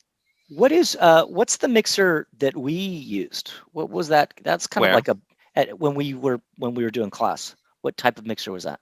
Well, that was a variable speed drive mixer, and it was based on the Hobart style of mixer, which is a planetary. It's a planetary, but it had the variable speed drive, so anywhere from about 80 or 100 RPMs up to over 400 RPMs, and it wasn't in gears. It was like zzz, zzz. Right. Sorry.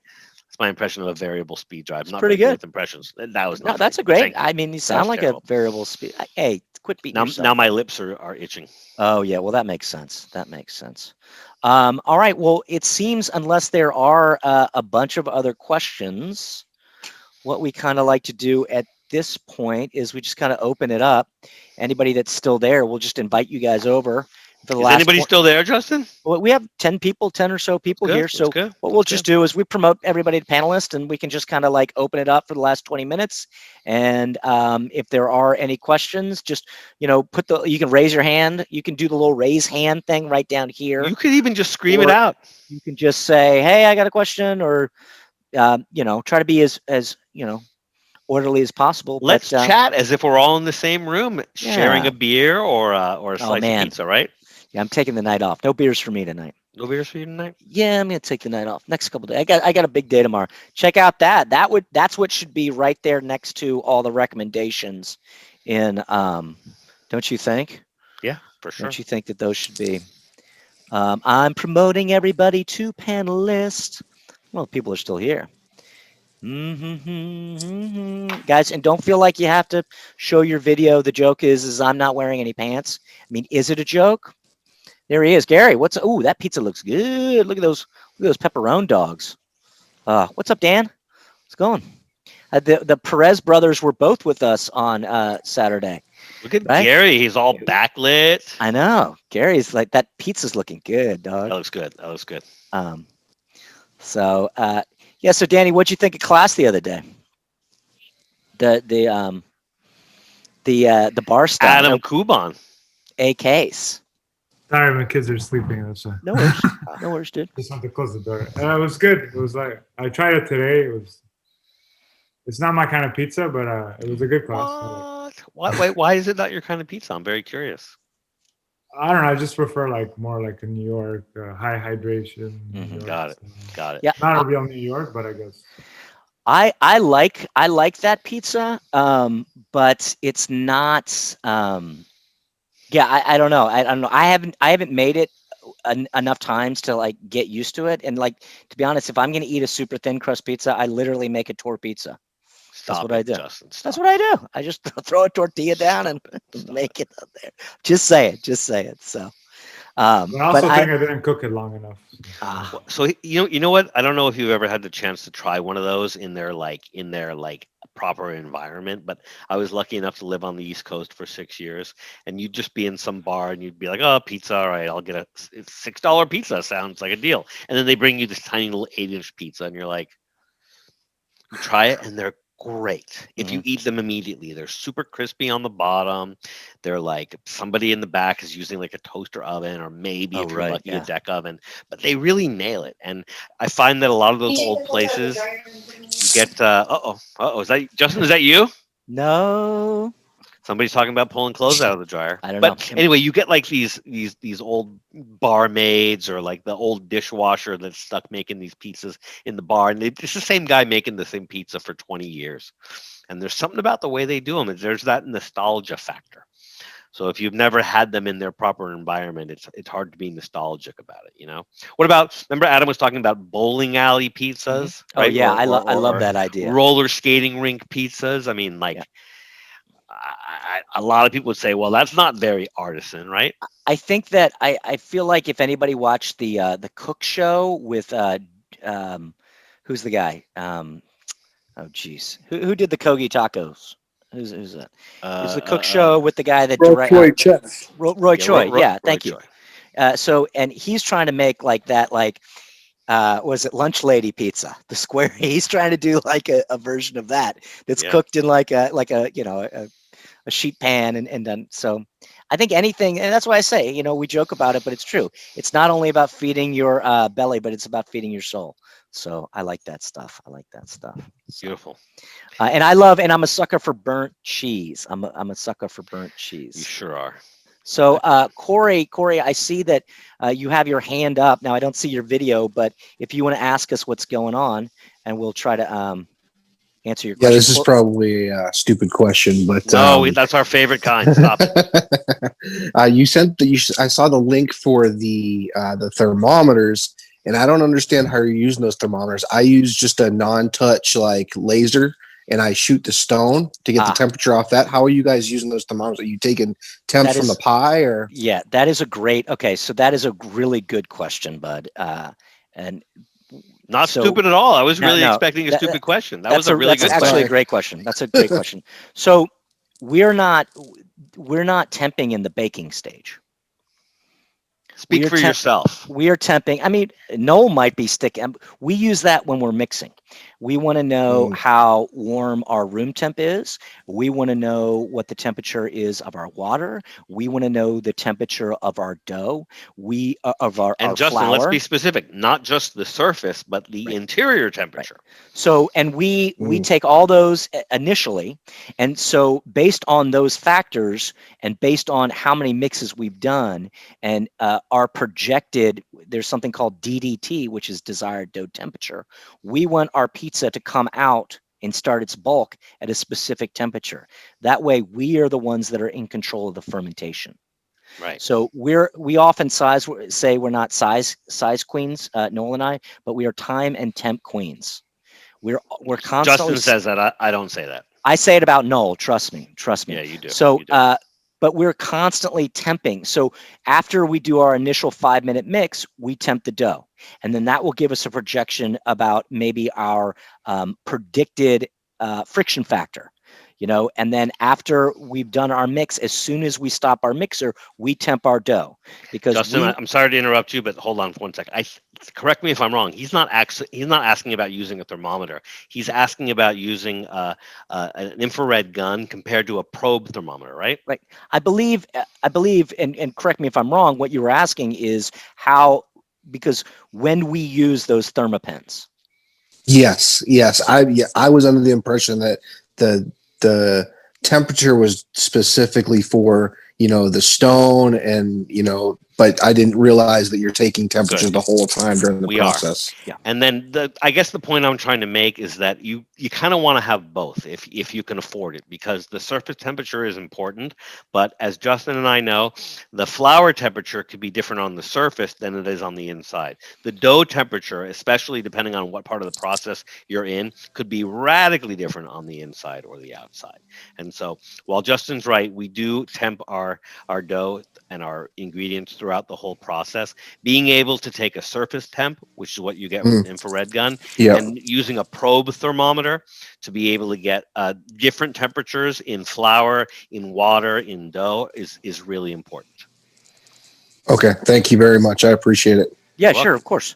Yeah, and if you take our intermediate class, you'll see us. We do a deep dive on getting your DDT correct. We spend about an hour going over the formula that we use to get. So we know basically how warm or how cold the water that we use in our mix based on our previous mixes that we want it to be, so it comes out. So once again, we are in control of the fermenté dough. Corey. Thank you. Cool. Yeah. Good one. Gary's got it right there. That was the best question I've ever had for a dumb question. It wasn't dumb at all. I didn't think it was dumb. I can come up with some stupid ones. Thank you. Put them in the chat. I can't wait to read them. No. Put them in the Q&A, not the chat. Not the chat. Oh, yeah. Hey, forgetful Noel. Yes, sir. My man. Real quick. What's going on? Yeah. I'm gonna get with you later. I got some beef. Just kidding. Good. Real quick, and again, dull, but just to reinforce, I bought that. And I don't know if you got a chance to answer it or stepped away for a hot second. Baker's yeast, the block. Oh. Fine to use. Yeah. No worries there compared to the instant or the active. Is it like Gary? Is it like it's like fresh yeast? Correct. They call it. I picked it up at the restaurant supply store at Red Star. It was $1, and storage wise, I know, pretty cheap, right? That's not necessarily a good thing. It might mean that you've got some old fresh yeast, and old and fresh are kind of the opposite. So what it was, it said Baker's, and then what they did is they broke it out of the case, out of the box. I was like, who the heck needs a whole case of this? So I don't know if you got the booby prize or if you scored a deal. It doesn't sound to me like you scored a deal. I'll send a picture. Fresh yeast is. Please send me a picture. So if it's baker's yeast is often sometimes they call it brewer's yeast. Sometimes they call it baker's yeast. Is it soft or is it powdery? So felt like a block. Yeah, so that's fresh yeast. Okay. So how does it smell? Okay. It was fine. Okay. So tell me where you are again, Gary. Kennett Square, mushroom capital of the world. What state? What state? Pennsylvania, sir. All right. So you probably have access to fresh yeast there. So it might be fresh. But in California, we don't have anybody that manufactures fresh yeast anywhere nearby. So by the time we get it, it's 5 days old. And by the time we use it, it's 10 days old and then it's no longer fresh. Yeah. And then storage wise, I'm sorry, Justin. No. In the coldest part of your refrigerator. Okay. So, and then I did what you did based on I'm not going to give away too much from the beginner. So based on your fridge in the background, I took my Thermapen is what I have. Yep. And I checked the temperature from the lowest, mid, and high. It's all equal. Good. So I was like, okay, that's good because it was like balancing out. And I remember you saying for the other fridge in the background for your veggies, you like 45, if I'm not mistaken. Good memory. Yes. I have good memory. You're not mistaken. Excellent.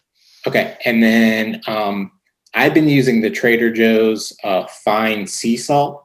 Hmm. If you're going by weight, you're good. Just make sure they're not putting any iodine or any anti-caking agents or any whitening agents. Yeah, no. I try to like stick to the organic stuff, and then I don't know if there is organic salt, but stick to the organic stuff. Well, I did pick up something on one of the shows on one of like, I think it was the chef show when they went to Japan. They have 1,000 different salts. They sure do. They sure do. So like when you were talking about like fer de salt, like I would, have a little side gig, a little side hustle, and I'd like grab as much salt as possible. So then the other question, if it's okay, I have black lava salt. Yeah. Hawaiian style. I mean, I would use that as a finishing salt because it's got a very beautiful color. And I mean, I have some down here.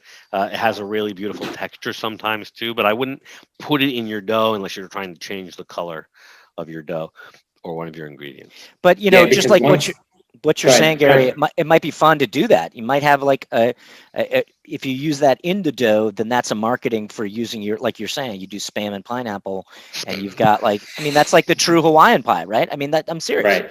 Like that sounds great serious. to me. Yeah, that's that's the Moco Loco or whatever you call it. I mean, I think that's a great idea. I want to see. I would say do a batch with the black salt and see if there is anything different in it. I'd be curious about that for sure. And then I picked up. I had them in my cupboard. I had the Jacobson's ghost chili salt and then the jalapeno salt.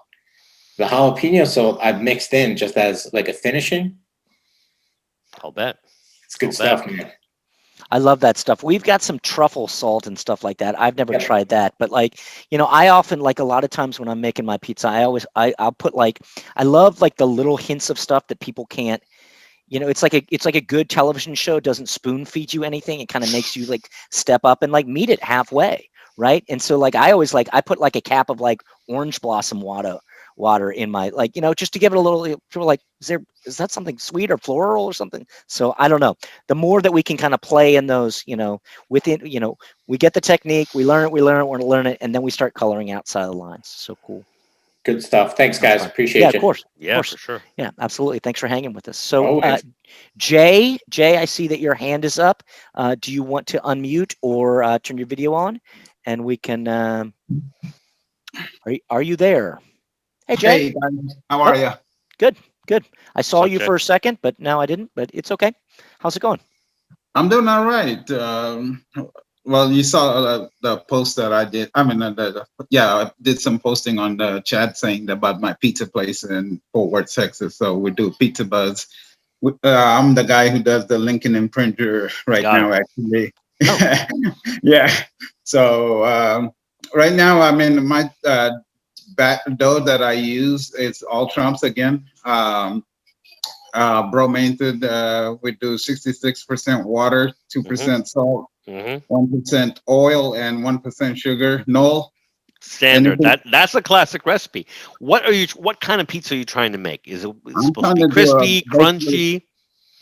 Basically, I'm trying to do a Detroit, American, New York, basically all of it in that Lincoln. All right. So what's your bake time? Well, I have it at 5:50. I have it at 5 minutes and 15 seconds at 505. 510. I mean, sorry, 5 minutes and 10 seconds. Mm-hmm. That's on my left hand side, and the right hand side, that one's down a little. It's more like at 485. Got it. So you're trying to do a variety of different styles using the same one recipe?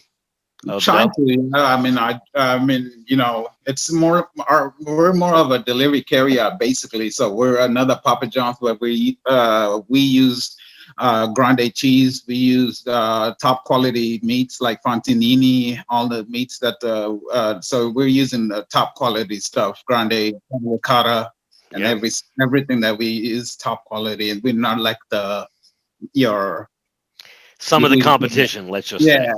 Yeah, you could say that. I mean, and I do varieties of pizzas. We started doing elote pizza, al pastor. We put Nice, pastor on nice. top of it I too. love that. We were talking about. I love that. I love that. That you put a little pineapple on that with some al pastor. I love that. Mm. I mean, I would put pineapple on anything. You pay me for it, I'll do it. No Yeah, yeah, problem. yeah, yeah, yeah. Yeah. I So know that So that can be very divisive, but we try not to get into the politics. I I always say, mean, hey, if you like it on your pizza, you put it on your pizza, and everybody else can shut up. So yeah, there you go. so So yeah, here's what I would say for that oven. All right, it's a really good oven for pan pizzas, and sometimes I find that the texture of like a New York pizza might be a little on the spongy or doughy side. So I think if you're trying to do everything with one recipe, you might be hard pressed to get what you want. So probably you'll oh, I'm have good. sorry. Yeah. I forgot to mention that I do bulk fermentation, and Okay. also the bulk fermentation. I do like almost you would say 72 to 96 hours on That's a lot. 72. Yeah, but I'm doing 72 to 96 on bulk. yeah, and I'm using all trumps, and then also we use like a 40 degrees water temperature when we put it into the mixer. Got it. Okay, that tells me a lot. So it tells me that you're going to have a very strong dough, especially super with such a long. strong. I mean, also using all trumps, right? Yes, sir. No, I'm just saying. I mean, like what Noel's saying, you're going to end up with strong, strong dough. Um, So so what do you recommend? you know what I would try to do.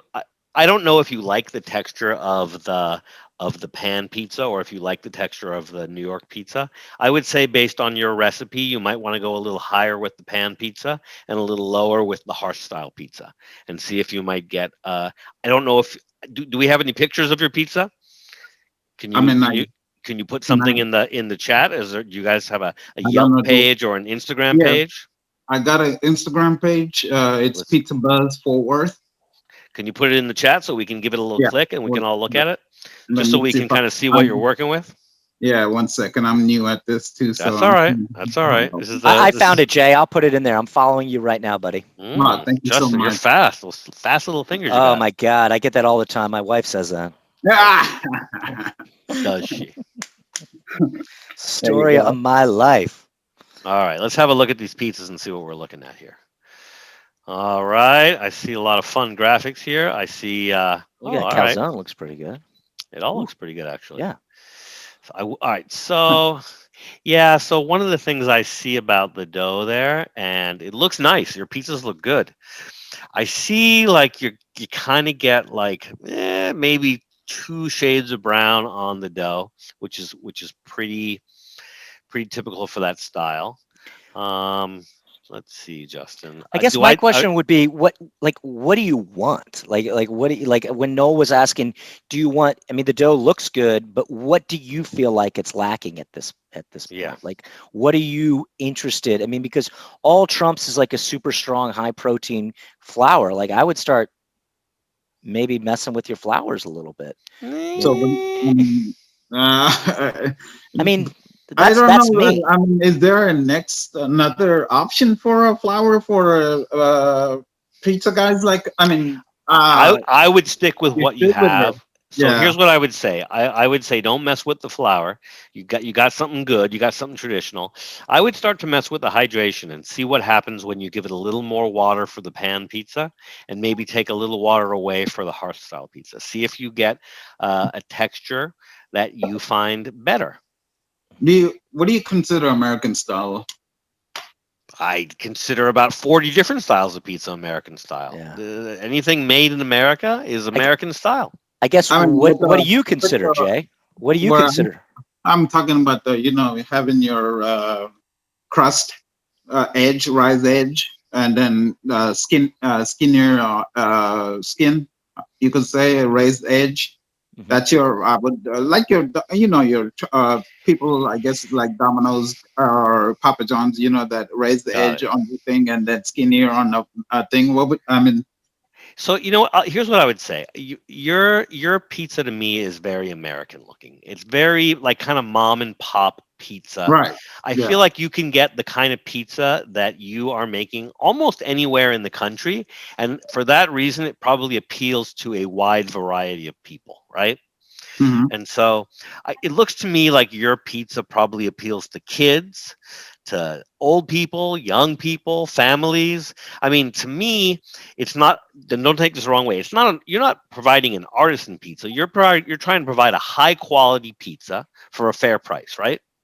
Right. I mean, we use like the artisan toppings and stuff but I'm trying to. I mean, I would love to do the gourmet style more of a thing on it, but with the Lincoln, I don't think I'll be able to. Uh, do, Here's what I would say. When you use a word like gourmet, I don't think that has necessarily to do so much with the dough. I think when people refer to a gourmet style of pizza, things it like has to do with the toppings and the yeah, combos, right? right. So, Justin, what would you say is a gourmet topping? I mean, I would say like, truffles and buffalo and, all that crazy stuff. I mean, Right. but I have an adolescent palate, so I'll never order that stuff. I want to get, I mean, I like the guys that are putting like, what's it, the fried, what are the squash blossoms and, Yeah. calamari and, Sir, have you taken our intermediate class yet? No, I haven't. I mean, I don't know how busy you are. I don't know if you can afford it.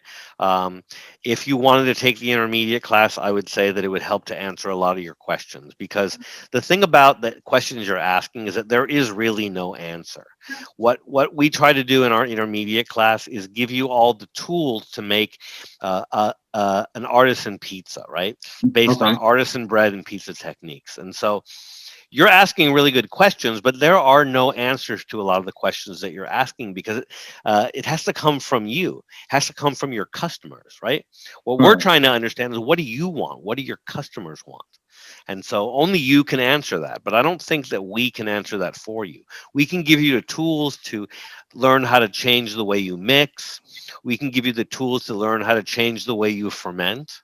We can give you the tools to look at, all right, if you're always using 40-degree water, are you also using a thermometer on your dough, right? So when it gets hot in the summer and cold in the winter, are you always Yeah. using 40-degree Yes. water? Yes. All right. Well, for instance, Because that would be it's too something hot right in there. my kitchen. It's too hot in my kitchen during the summertime. It goes up I to get it. 90 I degrees. get it. So I would say you should look into taking the intermediate class at some point. If you get on our mailing list, we do seasonal discounts, so you can take the on-demand classes for as much as 50% off. So that's always an enticement. But if Okay. you take the live classes, then you have access to Justin and me, and we answer a lot of questions in those classes. So that would be my final answer for you. All right, sir. Thank you so much. Yeah, Yeah, thanks for joining thanks for us. hanging out. Thanks for No hanging out. problem. Thank you. So everybody, here's the first picture of me and Noel. Dun, dun, dun. That was the first time that I took class. I took the free class at Surface, and I believe that was 2016, Noel. 2016. I believe that it was, and There I am. people thought we were brothers. Yeah, look at that. Look at him. Handsome looking. Somebody thought you were my uncle. I'm like, really? I feel That's like I'm right. Justin's uncle. That's right. That's what they call me, Unc Just. Well, you have an avuncular kind of vibe about you. Has I anybody do. ever told you that? Uncular. You say avuncular? No, or avuncular. Avuncular. There you go. I didn't Look know that one that up. was a word. Look that one up. Yeah. No, I don't even know how to spell it. How can I look up anything? I can't even see anymore. Justin, you always say that you're Uncle Just, but that makes you avuncular. I will take it. I'll take avuncular, and I'm very funkular too, if you know. I got the Sure. funk in me. All right. Well, ladies and germs, drums and ladies, it is 7:00. Danny, you got anything you want to add? Danny's the last man standing with us. I know that there are some other people, but we understand. Danny's spent a lot of QT with us. Danny, what's going on? No, nothing. I just listen to you guys in the background like a podcast. Yeah, well, thank you, Danny. We love having you. Thank you. We do. Anytime I see his name on the attendee list, I'm like, Danny's gonna be there. All right. So did you? I'm bring this up. Do you know Daniel Perez? I mean, I always call you. No, my real name is actually Daniel Perez. Well, yeah, we had Danny Perez, and then we had Daniel Perez yesterday, and so I was like, Danny.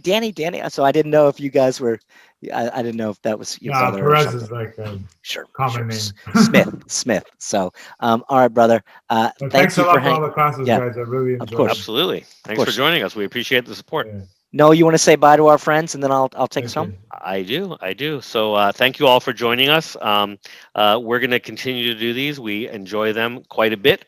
We like getting to spend quality time with all of our pizza friends. I think in the future, starting next week, we're going to try to cut it down to an hour because we've got a really busy season ahead. Justin, we're going to be dialing up the classes. We're going to be getting a bunch of new kind of 2.0 classes coming up with all the Zoom Pizza collabs. And we're planning on starting up again in late January with more beginner one, intermediate one, and advanced one live classes. So we're about to get busy. I think a week from Sunday, we're going to be doing a pizza party. That's going to be a new tradition we're going to do on Sundays with our friend Greg Grunberg. So, Justin, are you going to be with us in 2 weeks, or is that the week you're going to be camping? I think 4 weeks from now you're going to be camping, right? I'm going to go camping. I believe on the weekend of the 5th, 6th. 5th, 6th, 7th. Gotcha. So yeah, I'm excited. I'm going to go ahead and just I know that everybody probably came here. Do you want to say anything else? I wanted to say thank you. Happy New Year to everyone, and looking forward to great things in 2021. Take it away, Justin. I like it. So I'm going to go ahead. Yeah, guys, check out the calendar. We do have a lot of fun things. I'm going to go ahead and I know that we should probably do this at the beginning, just put the calendar in there because that's when we have more people. But there's the calendar. I always like to go over to the list and just say, show me the month, and you can see that we've got a lot of fun stuff. I think we have. So we just did. Yeah, we're gonna have barely put anything in, just the beginner and the intermediates. No, we've got the intermediate on the 30th. So Jay, if you're still there, we do have an intermediate on the 30th, and then yeah, that sounds fun. A little. Can you talk to me a little bit about the pizza party? Who's Greg? Greg Grunberg is a friend of mine. He married my junior high school sweetheart, and he is a big Hollywood big shot. Nice. He's an actor. He's an entrepreneur. He loves pizza. So we've done some projects together over the year. You may have seen him in Star Wars. You may have seen him in Star Trek. He's best buddies with a lot of people who do a lot of fun TV and movie. So he's always out there doing fun stuff. So I think we're going to try to do a couple pizza parties together, and I like it. and he might even help contribute to our kids class. Who knows? I like it. I like it a lot. So are we just gonna take the pizza that we've made previous and just have some bake-offs, or what are we gonna do? Oh, you'll find out. Okay. We're figuring that out right now. Sounds pretty exciting. Yeah. So everybody, please check out the old schedule. Sign up. We love spending time with people. Yeah. So you know the deal. We're a bunch of dough dorks and pizza heads. We take this stuff seriously with a little goof on the side. We like to joke around, but we are serious about this stuff. It's a passion and a profession.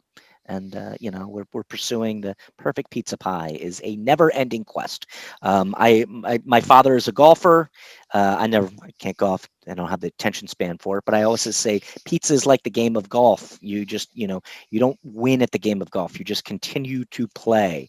In the immortal words of I kind of made a hybrid of Chris Bianco's thing. I said, let's make and bake, and Chris Bianco says, you burn, you learn. So go out there, please, please, please keep making pizzas. Please, please, please keep vibrating at the pizza frequency.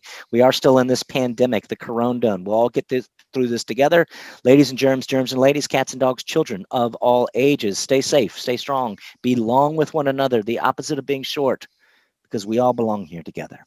And please, pizza always, even pineapple, and always pizza. Thank you, everybody. Pieces and slices and pies. Pieces and pies. With love, everybody. And here we go. No. There we go. There it is. Thank you, everybody. Thank you, everybody. With love. Goodbye.